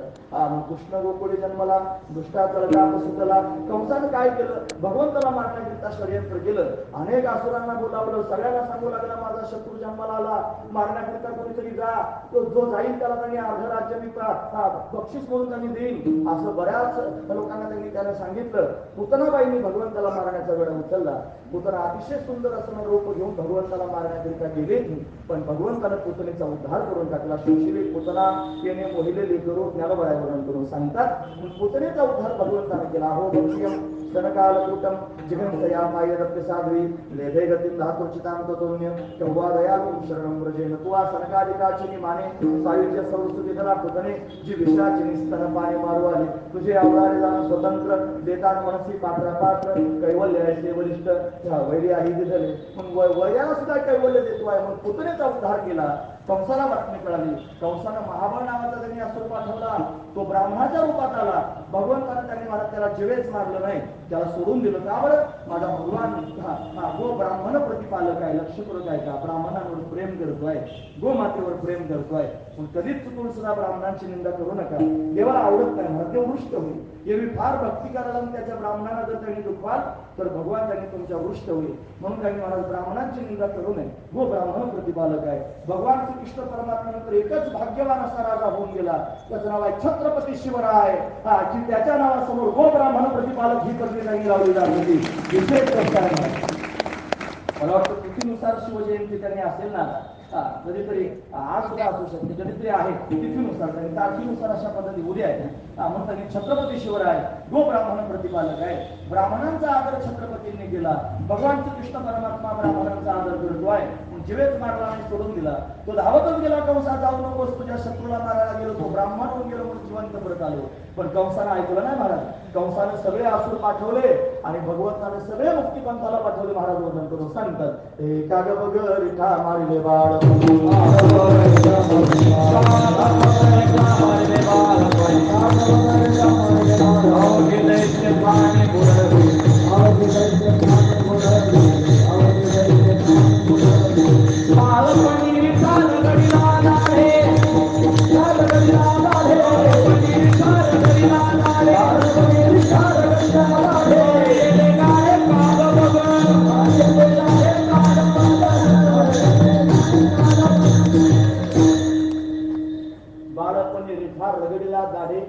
मारिले गाढे काग बग काग बग रिठा मारिले बाळपणी अवघी दैत्य खाली बुडविली.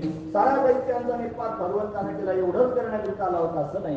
हा भक्तांना आनंद देण्याकरिता आला. काय करू लागला? हा यशोदेच्या अंगणात रांगू लागला. रांगत रंगणी चोरीत लोणी लावली धरती गवडणी बांधती चरणी देती गाराणी यशोदे साधरणी. रांगतोय. कसा रांगतोय? तळवेत हात देकेत डाव्या गुडघ्याने रांगत रंगणी रंगणात तुम्ही देखील असय रांगू लागला. रांगता रांगता उभा राहू लागला.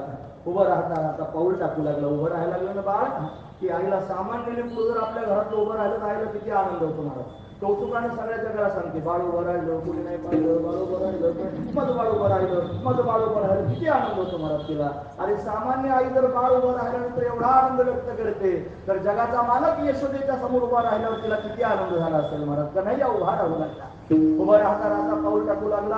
आता तो चालू लागला. घरातच त्याने फिरू लागला. आईला त्याने विशेष असणारा आनंद देतोय. 84 खांब आहेत घराला. 84 खंबा मंदिर आहे. आजही आहे गोकुळामध्ये 84 खंबा मंदिर. तुम्ही जर गेलात तर पाहिलं असेल. त्याला आरशे लावले होते. आरशे हा कन्हैया त्यांनी छोटासा त्या आरशांच्या समोर त्यांनी जाऊन उभा राहायचा. घरातच लोणी त्यांनी घ्यायचं, हातात लोणी खायला सुरुवात करायची. तोंडाला लोणी लागले, हातात लोण्याचा गोळा आरशाच्या समोर जाऊन उभा राहिला आणि आरशात पाहिलं स्वतःचं प्रतिबिंब त्याला दिसायला लागलं. त्याला वाटलं चोरच घरात घुसला. पण त्या आरशातल्या प्रतिबिंबाला म्हणतो, अरे चोरा, आमच्या घरात कसं काय आलास? तो आपण असं असं करायला लागला. मला बोट दाखवतोस? थांब म्हणे, माझ्या आईला घेऊन येतो. धावतच गेला, मैया मैया मैया करत कोवड्या शब्दांमध्ये. यशोदेने विचारलं, काय रे काना, आपल्या घरात चोर शिरला म्हणे बघण्याकरिता चल. तिचा पदर धरून उडत उडत आणलं. कुठे आहे म्हणे चोर? आरशाच्या समोर त्यांनी अशा पद्धतीने उभा राहिला. म्हणलं हा चोर आहे. तुम्ही ऐकतात ना सर्वजण? ऐसा पुराण प्रसिद्ध चोर केशव नाम्याचा दातार हा पुराण प्रसिद्ध चोर आहे. का सांगितली ही कथा मी तुमच्या समोर? त्याचं कारण असं आहे, त्याने यशोदेला दाखवलं हा बघ हा चोर आहे. यशोदा ही भक्ती आहे.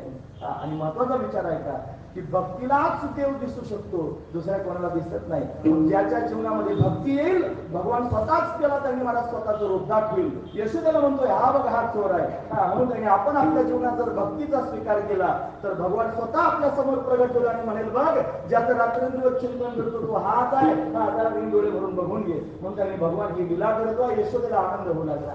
असा त्यांनी आनंद यशोदेलाच देतो असं नाही, हा सगळ्या जगाला आनंद देण्याकरिता उत्कृष्ट आहे. काय करतोय? त्याच्या विरोधात आलेला आहे. मला महत्वाची गोष्ट आहे, काय करतो? ही यशोदा राणी त्याला भरभरून प्रेम देते आहे. लक्षपूर्वक आहे का? भल्या पहाटे तिने त्याला जागा करावं. जागो मोहन प्यारे कन्हैया त्याने जागा व्हावा. त्याचे नित्यकर्म आटोपायला सुरुवात करावी. मग तिने त्याने स्नान घालण्याकरिता स्वतःच्या हातानं अशा पद्धतीनं रत्नजडीत असणाऱ्या सुवर्णाच्या चौरंगावर येऊन बसवावं. बसवल्यानंतर त्यांनी गंगाजळ घ्यावी, त्याच्यात यमुनेचं पाणी भरावं, त्याच्यात गुलाबजल टाकावं. स्वतःच्या हाताने त्यांनी सुगंधी असणारं द्रव्य उठणं घ्यावं, कन्हैयाच्या अंगाला लावावं. राजाचा मुलगा आहे ना महाराज, म्हणून राजेशाही थाटात असणारं स्नान आहे, रोज त्याच्या अंगाला उठणं लावावं. गडवाभर पाणी घेऊन त्याच्या मस्तकावर ओतावं, स्वच्छ त्याला स्नान घालावं. स्वतःच्या हाताने त्याचं अंग पुसून घ्यावं यशोदेनं. तिने त्याला पिवळा पितांबर नेसवावा, त्याच्या कमरेला शेला बांधावा, त्याला मांडीवर घ्यावं. मांडीवर घेऊन त्याची केशभूषा अतिशय सुंदर सजवावी. माथा बाबर जोडली नामदेव महाराज सांगतात. मग त्याची केशभूषा स्वतःच्या हाताने सावरावी. नंतर त्यांनी महाराज स्वतःच्या हाताने त्याच्या डोळ्यामध्ये काजळ घालावं.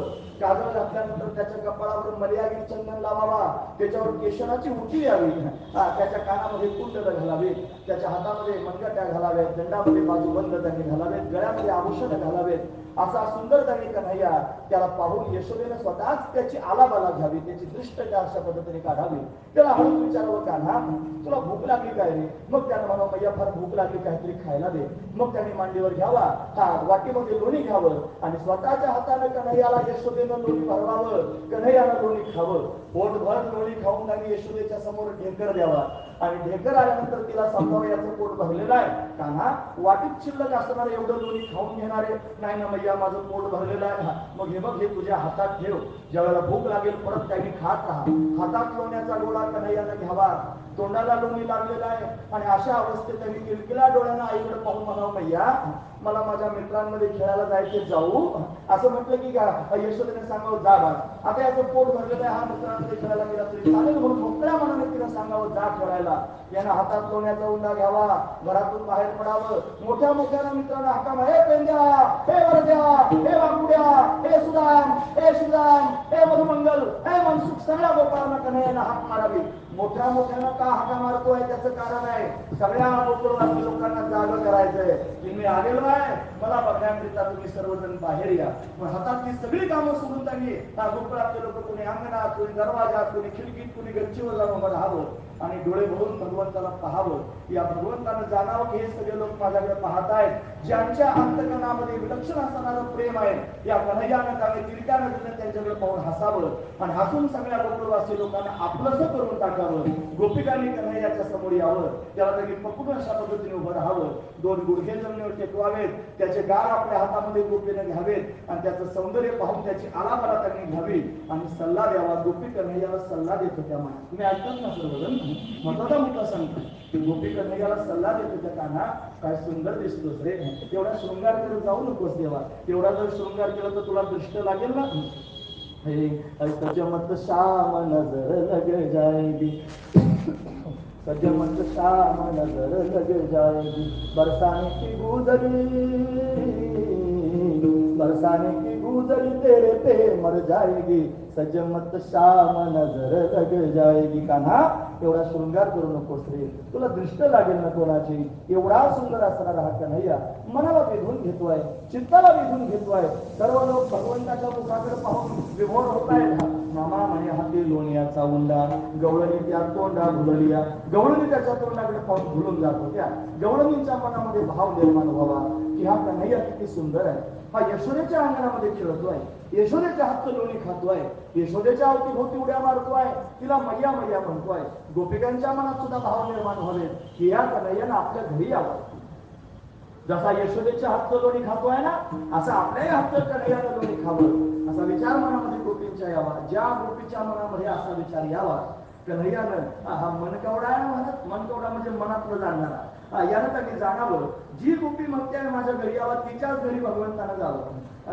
जाऊन त्यांनी एकटं जायचं नाही, सगळ्या गोपाळांना बरोबर घेऊन जायचं, सर्वांना सांगायचं याला तरी यारे लागे, अवघे माझ्या मागे मागे, आज देतो पोट भरी पुढे म्हणाल तो बरी. म्हणून त्यांनी हळूहळू चाला, कोणी कोणाशी न बोला, आज देतो पोट भरी पुढे म्हणाल तो बरी. तुका म्हणे सांगा घाटे त्याने नका भरू पोटे. म्हणून त्यांनी घरी तुमच्या ताकद खायलाय ना दुसरं काय खायलाय, मग ते घाटा आहे त्याच्यात त्यांनी पोट भरू नका, माझ्या बरोबर चला, आज मी नवनीत तुम्हाला खायला देतो. मग भगवंताची संगती त्यांनी मला गोपाळांना प्राप्त व्हावी. सगळ्या गोपाळांनी भगवंताच्या संगतीत गोपिकांच्या घरात घुसावं. या देवानं स्वतःच गोपिकांना गोपाळांना त्यांनी खायला घालायला सुरुवात करावी. त्यांना म्हणावं शिंकेला वेले दुरी होतो तिघांचे मी वरी, तुम्ही तिघे जण त्यांनी खाली उभे राहा, मी तुमच्या त्यांनी खांद्यावर उभा राहतो, होतो तिघांचे मी वरी. म्हणून त्यांनी शिंक दूर लावलेला आहे, तिघांच्या वरती मी उभा राहतो आणि त्यांनी तिघांनी फोडण्याचा प्रयत्न करतो. मग काय होईल, वाहते त्या धारा घ्यायला त्या कोपरा, मग त्याच्यात त्या धारा त्यांनी व्हायला सुरुवात होईल. मी असं त्यांनी धरतो आणि असं धरल्यानंतर माझ्या कोपरामधून त्या धारा खाली व्हायला सुरुवात करतील. तुम्ही त्यांनी मग ते दैदूत तुटलोणी खायला सुरुवात करा. असं गोपाळांना भरपूर खाऊ घालू लागला. गोपिकांच्या घरात जाऊन त्यांनी माठ फोडू लागला. गोपिकांना ते कळू लागलं, म्हणत पहाते गवळणी तवते पालते दुधानी, म्हणते नंदाची या पोरे आजी चोरी केली खरे. चोरी केली देवाना असं सर्वजण त्यांनी यशोदेच्या समोर सांगलं, यशोदे तुझ्या बाळाला काही समजून सांग, चोरी करतोय. यशोदेनं कन्हैयाचा कान पकडून त्याला सांगायला सुरुवात करावी आणि त्याला म्हणावं, कृष्णा तुला मी ताकीद करीते रे, घरी गुणाच्या जाऊ नको रे. का लोकांच्या घरी जाऊ नकोस, चोरी करू नकोस. तरी पण कन्हैयानं ऐकू नये. मग मात्र कन्हैयाला गोपिकांचा राग येऊ लागला की या स्वतःच मला बोलावतात, मी त्यांच्या घरी जातो, लोणी खातो आणि या सगळ्या गोपी पुन्हा काही माझं तक्रार करण्याचं येतात. काय केलं पाहिजे, यांना काहीतरी आदर घालवली पाहिजे. मग आदर घालवण्याकरिता काय करू लागला, आधी चोरी करत होता, आता खोडी करू लागला. खोड्या करतोय मग काय करू लागला, कोणाचे माठ फोडायचे, दगड मारण्याचे सगळ्या असं म्हणतात, बिलवर म्हणतात काहीतरी त्याला नाव आहे. लांबून त्यांनी पाहायचं गोपीचा माठ फोडून टाकायची, कोणाची विणी तरी ओढायची, कोणाची त्यांनी कोणाचा पदर तरी ओढायचा, असं म्हणून त्यांनी अशा पद्धतीने गोपिकांना त्रस्त करून टाकायचं. सगळ्या गोपिका अशा पद्धतीने त्रस्त झाल्या. मग पुन्हा पुन्हा गारहाणे येऊ लागले. यांना अनेक प्रकारच्या खोड्या केल्या. खोड्यांची मात्र सांगायची, असं झालं मला 10 मिनिटं राहिले. बघा ना, अभंगावर पण मला बोलायचं होतं. तुकोबारांची त्यांनी आज सदैव वैकुंठ गमन सोहळा आहे, त्याच्याविषयी पण 4 शब्द बोलायचे होते आणि भगवंताचं चरित्र पण सांगायचं होतं. नॉनस्टॉप मी तुमच्या समोर सगळ्या गोष्टी सर्वांगीण रूपाने सांगण्याचा प्रयत्न करतोय. तुम्ही पण ऐकत आहात, पण थोडं मलाही समजून घ्याल अशी अपेक्षा पोटात ठेवून राहिलेल्या 10 मिनिटात मी तुमच्या समोर बोलतो. पण भगवान त्यांनी खोड्या करतोय, कशाकरिता खोड्या करत होता. मी लहान आहे ना, तुमच्या घरी लोणी खाण्याकरिता येतो ना, कितीच लोणी खातो, थोडंच लोणी खातो, तरी माझी तक्रार करायला येता. मग काय करावं, दुसऱ्या दिवशी त्यांच्याच घरात घुसायचं. त्यांच्या घरात असं म्हणजे छोटे छोटे मुलं आहेत ना, त्या मुलाला बदलून काढायचं. मग त्यांना चिमटे घ्यायचे आणि चिमटा घेतल्यानंतर त्या पोरांना रडायला सुरुवात करायची. 3 तास हो करून त्याला रडायचं. मग त्याचं ते रडणं सुरू झाल्यानंतर त्यांनी मला काय करावं, गोपीने विचारायचं, काय झालं रडायला तुला. मग त्यानं सांगायचं, कन्हैयानं चिमटा घेतला. जेवढा वेळ त्याचं रडणं गोपिकांच्या कानावर जात होतं, तेवढा वेळ त्यांनी सगळ्या गोपिकांना कन्हैयाचं चिंतन होत होतं. ज्याला चिमटा घेतला तो सुद्धा 3 तास देवाचं चिंतन करत होता. पण सगळ्या लोकांना स्वतःचं चिंतन व्हावं याच्याकरिता चिमटे घेत होता. आलं तुमच्या लक्षात नाही, आपल्याला अजून चिमटा घेतला नाही महाराज. ज्या दिवशी आपल्याला चिमटा घेईल ना, त्या दिवशी दुसरं काही दिसणार नाही, फक्त तोच दिसेल, त्याच्या वाचून दुसरं काही दिसणार नाही. मग त्यानं चिमटा घेण्याची अपेक्षा करा, महत्वाची गोष्ट आहे. असे चिमटे घेत होता. त्या गोपीच्या घरात त्यांनी घुसायचं, कोणाचं जळकं लाकूडच काढायचं, तिच्या तोंडावरच धरायचं. माझ्या घरी कारण सांगायला येतेच, देणं तोंडावर तुझ्या बापाचे घर, असं तिला म्हणावं. कोणाच्या गोठ्यात जायचं, गाई सोडून द्यायच्या आणि तिथं गाढवं नेऊन उभं करायचे, गाढवाने पिछाडी मारायची. तिचा हातच मोडला, गोपीचा सांगायची, बघ म्हणे माझा हात मोडला, तुझ्या मुलाला काय समजून सांग. म्हणजे काय झालं, सगळ्या गायी सोडून दिल्या आणि गाढवं त्यांनी उभे केले. असं त्यांनी अनेक प्रकारच्या, दोघं पती पत्नी, एक पती त्यांनी दुसरीकडे कामाला होता, फार दूर होता मला, आणि तो बऱ्याच दिवसातून घरी आला आणि घरी आल्यानंतर त्यांनी एकांतात त्याच्या पत्नीबरोबर गप्पा मारत होता. आता हा घुसला मारत त्याच्या घरात. इकडून तिकडून त्यांनी पाहिलं, मुंगूस करून दिलं, मुंगूस. आणि दोघं पती पत्नी बोलत होते ना, दोघांच्या मध्येच मुंगूस घेऊन टाकून दिलं. बाईने भूत भूत म्हणून पळाले. सांग तुझ्या कन्हैयाला काही समजून. अशी गोपी त्यांनी गाणं सांगण्याकरिता येऊ लागले. तिथं होतं नाही कुठे तर दुसरी त्यांनी धावत आली. ही जरा ज्ञानोबा यांची गोपी आहे मला. कुणी त्यांनी बोबडी होती मला ती बरं. आणि ती त्यांनी असू दे, काय सांगू तुझे बाई, काय सांगू तुझे, काय सांगू तुझे, काय सांगू तुझे, काय सांगू तुझे बाई, काय सांगू तुझे, काय सांगू तुझे बाई, काय सांगू तुझे. तहान लागली होती. काय सांगू तुझे बाई, काय सांगू तुझे. थोडीशी त्यांनी मला बोबडी होती. अरे काय सांगू तुझे बाई, काय जात होते यमुना पाण्यात, वाटेत घेतला थावला, तिने माझी किंगल किंगल केली. मग मी पटकन पडली, माझे दोन्ही गुडघे फुटले, मी नक्क हंबाल झाली. असं त्यांनी बरोबर नाही म्हणत. तुझ्या कन्हैयाला काही समजून सांग. अगं मी पाण्याला जात होते, वाटेत भेटला सावळा, त्यानं माझी टिंगल केली. टिंगल करून त्यांनी वाकडं दाखवून त्यांनी पडू लागला. यशोदे, अगं त्याला काही समजून सांग. असं त्यांनी सगळ्या गावाला वेळ लावून टाकलं म्हणा. सगळ्या गोपिका भगवंताचं चिंतन करू लागल्या. कन्हैया त्यांनी फार त्रास देतोय म्हणून आईला सांगायला सुरुवात केली. त्याला घरी राहू नकोस, उद्या जाई वना, सगळे घेऊन गोधना, मग गोमातेला घेऊन राहणार जा असं सांगितलं. कन्हैया त्यांनी महाराज रानात जाण्याकरिता निघाला. रानात जातो आहे, पण तरी सुद्धा त्यांनी मला थोड्या मात्र बंद नाही. गावातले लोक विचार करत होते, हा पाटलाचा पोरगा आहे, फार त्रास देतो आहे, बरं बोलायची काही शिराणी नाही.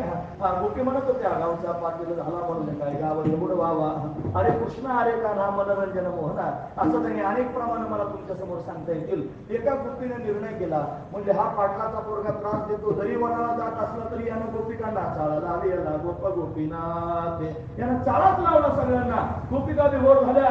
काय काय करतात, अरे दंत धावनाचा मुखा माझी हात, दात घासायला लागले की दातच घासतात, भगवंताचं चिंतन करतात. शिरे चोळीया त्या धुता विसरते, अरे धुणं धुवायला लागले की तशाच तटस्थ होऊन जातात, भगवंताचं चिंतन करतात. काय करावं, या सगळ्याच्या सगळ्या गोपी अशा पद्धतीने भगवंताच्या चिंतनाला लागल्या. नवीन लग्न झालं होतं एका मुलाचं गोकुळामध्ये. तुम्ही ऐकतात ना सर्वजण. एवढा मुद्दा सांगून थांबणार आहे, लक्षपूर्वक ऐका. सुनबाई घरात आली होती, पण गोपीच्या मनात असा विचार आला, म्हटली त्यांनी आता हा पाटलाचा पोरगा वाईट आहे, यानं सगळ्या गोपिकांना चाळा लावलेला आहे. आता ही आपली नवीन सून आलेली आहे, हिला जर चाळा लावला मग काय करायचं. त्यापेक्षा तिनं आपल्या मुलाला बोलावून घेतलं, म्हणजे बघ आता नवीन लग्न आहे तोपर्यंत जा, म्हणजे सासूरवाडीला राहिला, इथं गावात राहू नको, सासूरवाडीला राहण्याकरिता जा. मग त्याने आपली बायको बरोबर घेतली, बैलगाडीत बसवली आणि सासूरवाडीला जाण्याकरिता निघाला. म्हटलं तर जातोच सासूरवाडीला. देवाला का आलं, माझ्या भीतीनं गाव सोडून चालला काय. देव जाऊ देत नाही म्हणत कोणाला. एकदा त्याच्या त्या कक्षेत माणूस गेला की मग बाजूला जाऊ देणार नाही. आपण अंग राखून त्याच्या कक्षेत जात नाही म्हणून जाईल. त्याच्या याच्या कक्षेत गेलं की मग बाजूला जाऊ देत नाही. मग काय करावं, देवाने काय केलं माहिती आहे. गाडी थोडीशी गावाच्या बाहेर गेली, तुम्ही ऐकतात ना सर्वजण. बैलगाडी थोडी बाहेर गेली. त्या गोपीला आणि नवरीला थोडी तहान लागली. ते म्हणजे फार तहान लागली आहे, मला जरा पाणी प्यायला देता का. त्यांना आपली बैलगाडी पार्किंगला लावली, कासरा ओढून त्यांनी बाजूला ठेवला. आता गडवा घेतला, पाणी आणण्याकरिता त्यांनी निघाला. तो पाणी आणण्याकरिता थोडासा दूर गेला होता. इतक्याच कन्हैयानं विचार केला, जातो काय बायको, त्यांनी सासूरवाडीला घेऊन जातोस काय. देवानं त्याचंच रूप धारण केलं त्या गोपाळाचं, आणि हातात पाण्याचा गडवा घेऊन त्यांनी त्या गोपीच्या समोर आला, म्हणजे घे पाणी. ती म्हणजे लगेच कसं काय पाणी घेऊन आला. तुम्हाला मला सगळीकडचं पाणी कळतं, तू आपले गपचूप पाणी पिता. लगेच पाणी प्यायला सुरुवात केली. पाणी पिऊन झाली, लगेच गाडीमध्ये बसला. आता गाडी पुढे जाण्याकरिता निघाली. गाडीची चाकं त्यांनी वाजू लागली का, बैलाच्या गळ्यातले घुंगरं वाजू लागले. हा लांब गेला नव्हता, गाडीचा आवाज येतोय, गाडी कशी काय चालली. येऊन पाहतो तर त्याचीच गाडी चालली होती. त्याचा सारखाच गाडीत बसला होता. त्याला वाटलं माझी बायको कुठे घेऊन चालला, आता काय करावं. गाडी थांबली. गाडी थांबली की तो खाली उतरला गाडीतला, म्हणजे देव खाली उतरला. हा ओरिजिनल नवरा त्याच्या समोर गेला. दोघांचं भांडण सुरू झालं. माझी बायको आहे, तो म्हणायचं माझी बायको आहे, असं भांडण विकोपाला गेलं. दोघे जण भांडतात, त्या देवानं तिसरं रूप धारण केलं. त्यांच्यासारखं अगदी हुबेहूब गाडीत बसवून गाडी घेऊन चालला. गोपी म्हणली मला यायचं नाही, कारण का तिघं सारखे दिसतात, म्हणजे आता काय करू, मी येणार नाही. म्हणजे मग घरी चाला, म्हणजे परत नंदराजाच्या समोर गेलं पाहिजे निवाडा करण्याकरिता. गेले नंदराजाच्या समोर. गेल्यानंतर त्यांनी अशा पद्धतीने नंदराजाला सगळं कारण केलं. सांगितलं, महाराज अहो एक तिघं सारखे दिसतात, त्याच्यातला माझा ओरिजिनल नवरा कोणता मला कळत नाही, मला तुम्ही समजून सांगा आता काय करावं. नंदराजाने पाहिलं, लक्षात आलं, म्हणजे हे सगळं कारस्थान आपल्याच बाळाचं आहे, काय केलं पाहिजे ना. म्हणून त्यांनी निर्णय केला, म्हणजे असं 50 फूट लांबीचा एक खड्डा खांदून घ्या. आणि तो त्याने तेवढाच खोल खांदा आणि मग त्यांनी एका उडीमध्ये जो पलीकडच्या बाजूला जाईल बायको त्याची तुम्ही ऐकत नसतो आता 50 फूट उडी कशी मारता येईल महाराज पण तुम्हाला जो पहिल्या उडीत तिकडे जाईल बायको त्याची असं त्यांनी म्हणायला सुरुवात केली. आता ते दोघे नकली होते ते आपली उडी मारण्याकरिता सज्जत होते. हा ओरिजिनल नवरा मात्र सुकून गेला. त्यानं खड्ड्याकडे पाहायचं बायको फार सुकून गेला मनात विचार केला म्हणून आता बोलत तर नव्हतं पण केली म्हणायचं आता काय करावं दुसरी बायको करण्याची वेळ पण तोपर्यंत दोघांनी पण उड्या मारल्या. दोघांनी उड्या मारून झाल्या त्याचा पक्का निर्णय झाला की आता बायको आपल्या हाताला लागणार नाही. मग काय करायचं तो सुकून त्याने बसला होता. नंदराजाने त्याच्याकडे पाहिलं म्हणे बावळा का सुकून काय बसला बायको तुझी आहे म्हणे उचल म्हणे कसं काय माझी बायको आहे तो म्हणला हे सगळं कारस्थान कोणाचं आहे मला माहिती आहे बायको तुझ्या मला घेऊन जा घरी. लगेच बायको त्याने अशा पद्धतीने घेऊन गेला. म्हणजे हा कन्हैया त्याच्या कक्षेत आल्यानंतर कोणाला सोडित नाही आपलं करून घेतो. अशा अनेक प्रकारच्या खोड्या कन्हैया करू लागला. कोणामध्ये त्यांनी गोमातेला घेऊन जाऊ लागला. हे छोटी छोटी गैया छोटे छोटे बाल छोटो सोमेरो मदन गोपाल रे कारी कारी गैया गोरे गोरे बाल श्यामावर मेरो मदन गोपाल. कन्हैया वनात त्यांनी जातोय. अनेक प्रकारचे खेळ कन्हैया खेळला. 10 ला 3 मिनिटं कमी असताना भगवंताचे खेळ आहेत. विटी दांडू चेंडू लगोरी नाना परी अनेक प्रकारचे खेळ खेळला आणि खेळ खेळून खेळून सगळे गोपाळ जमले. आणि जमल्यानंतर कन्हैयाला म्हणू लागले देवा फार भूक लागली रे काहीतरी खायला दे. मग काय केलं भगवंतानं यमुनेच्या काठावर जायचं ठरवलं. यमुनेच्या काठावर असणारं वाळवंट त्याच्यात असणारा खडक त्या खडकावर त्यांनी जागा निवडली आणि खडकी सोडलेल्या मोठा आजीचा दही काला गोमटा म्हणून भगवान वाळवंटात त्यांनी गोपाळांना एकत्र करतोय. भगवंतानं कमलाकार सगळ्या लोकांना एकत्र बसवलंय. गोपाळांना पेंड्या वरद्या वाकोड्या सर्वजण त्याच्या अवतीभोवती आहेत. जे छोटे छोटे आहेत त्यांना जवळ घेतलेलं आहे. मोठ्या मोठ्यांना थोडंसं दूर बसवलेलं आहे आणि पानांचं द्रोण तयार करून त्याच्या सगळ्यांच्या शिबर एकत्र करून काला तयार केलेला आहे. आणि तो काला स्वतःच्या हाताने त्यांनी भगवान गोपाळांना भरवतोय. भगवंताच्या हातचा काला गोपाळांना प्राप्त होतोय. भागवतकार त्याचं वर्णन करून सांगतात. हरी अभिव्रतवेनं जठरपटयो शृंगवेत्रेचे कक्षे वामे पानो मश्रुन कवलं तत्फलान्यंगिरेषु तिष्ठन्मध्ये स्वपरिस्फुटो हासे नर्वविश्वै स्वर्गे लोके मिश्री भुजे यज्ञभोपाल केली गोपाळ कृष्ण भगवान की जय. भगवंतानं काला केला गोपाळ संतुष्ट झाले. निळा मनेक्षराचा बुंद लागता पावे ब्रह्मानंद सर्वांना ब्रह्मानंद प्राप्त झाला. भगवंताच्या हातात प्रसाद प्राप्त झाला. हा प्रसाद देण्याकरिताच त्यांनी अशा पद्धतीने उभा आहे. हा प्रसाद देतो पंढरीनाथ हा प्रसाद देतोय. त्रेतायुगामध्ये याने वानरांना अशा पद्धतीने प्रसाद प्राप्त करून दिला. त्याची संगती मिळाली. तेच वानर त्यांनी द्वापार युगामध्ये गोपाळ झाले. गोपाळांना याने काला दिला. ते सगळेचे सगळे गोपाळ आपण सर्वजण वारकरी झालेलो आहोत आणि आता वारकऱ्यांना तो काला देण्याकरिता सज्ज आहे. फक्त आपण परत परत काला घेण्याकरिता आलं पाहिजे हे तुकोबारांना माहिती आहे. म्हणून सांगतात उपजोनिया पुढे येऊ काला खाऊ दही भात वैकुंठित वैसे नाही कवळ काही काल्याचे एकमेका देवमुखे सुखे घालू हुंबरी तुका म्हणे वाळवंट मरवे नीट उत्तम. देवानं वाळवंटात काला केला तसं आपणही सर्वजण वाळवंटात काला करू आणि एकमेकाच्या मुखात काल्याचा प्रसाद देऊ हे तुकोबारांचं म्हणणं आहे. तिथून सुरुवात केली. 3 चरित्र सांगून आपण परत तिथे आलेलो आहोत. म्हणून का भगवंताच्या हातचा प्रसाद सर्वांना प्राप्त होऊ शकतो. पण कोणाला मिळेल मग हा वर्णन ऐकलं वैष्णवनिका संभ्रम. मग निके वैष्णव जर कोण असतील तर ते मला माहिती आहे. सांगू का तुम्हाला ऐकणार का सगळेजण बराच वेळ लागेल सांगू का नको सांगू का ज्ञानेश्वर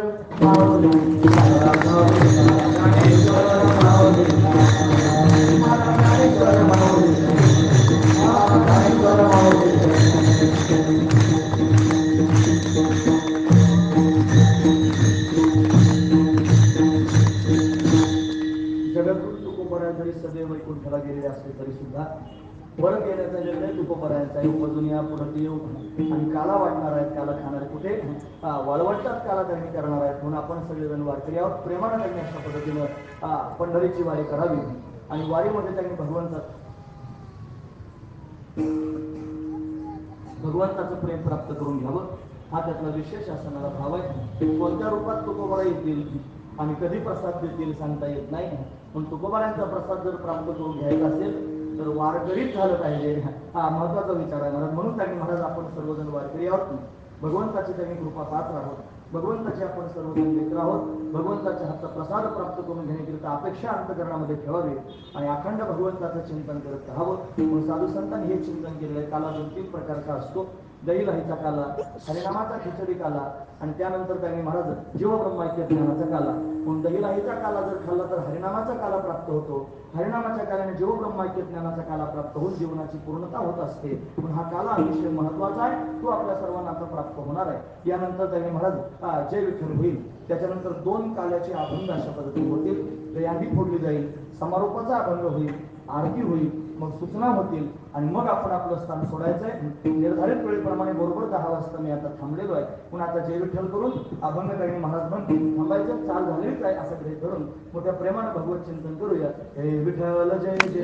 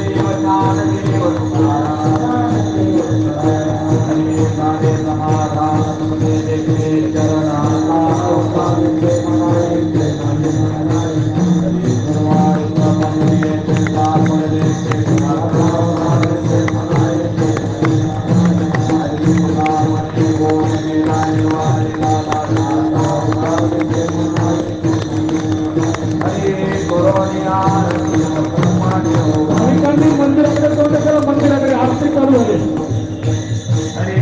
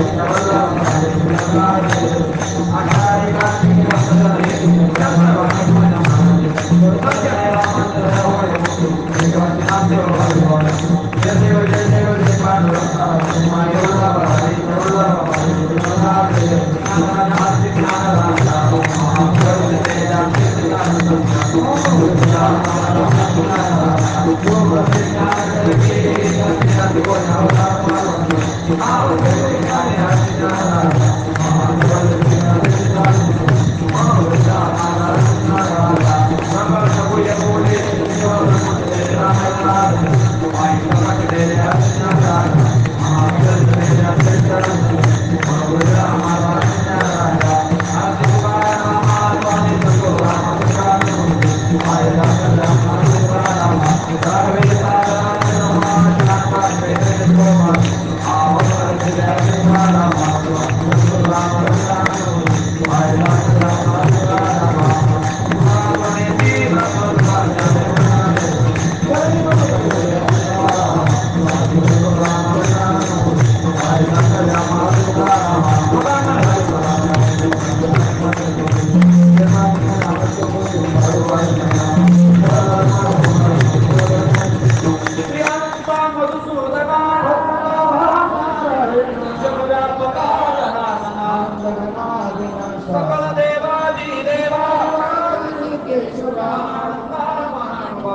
चक्रधरा विश्वंभर सहस्रपादा सहस्रधरा कमलनयना कमलापती अवतारका धरित्या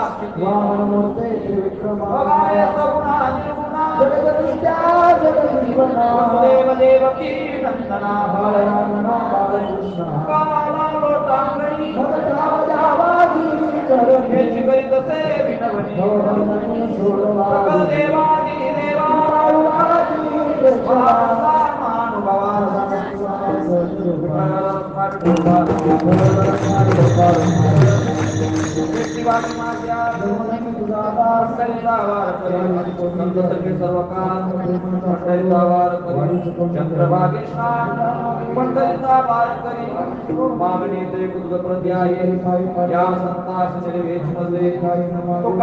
आता उदार तू होई संता रवी हेची मजवे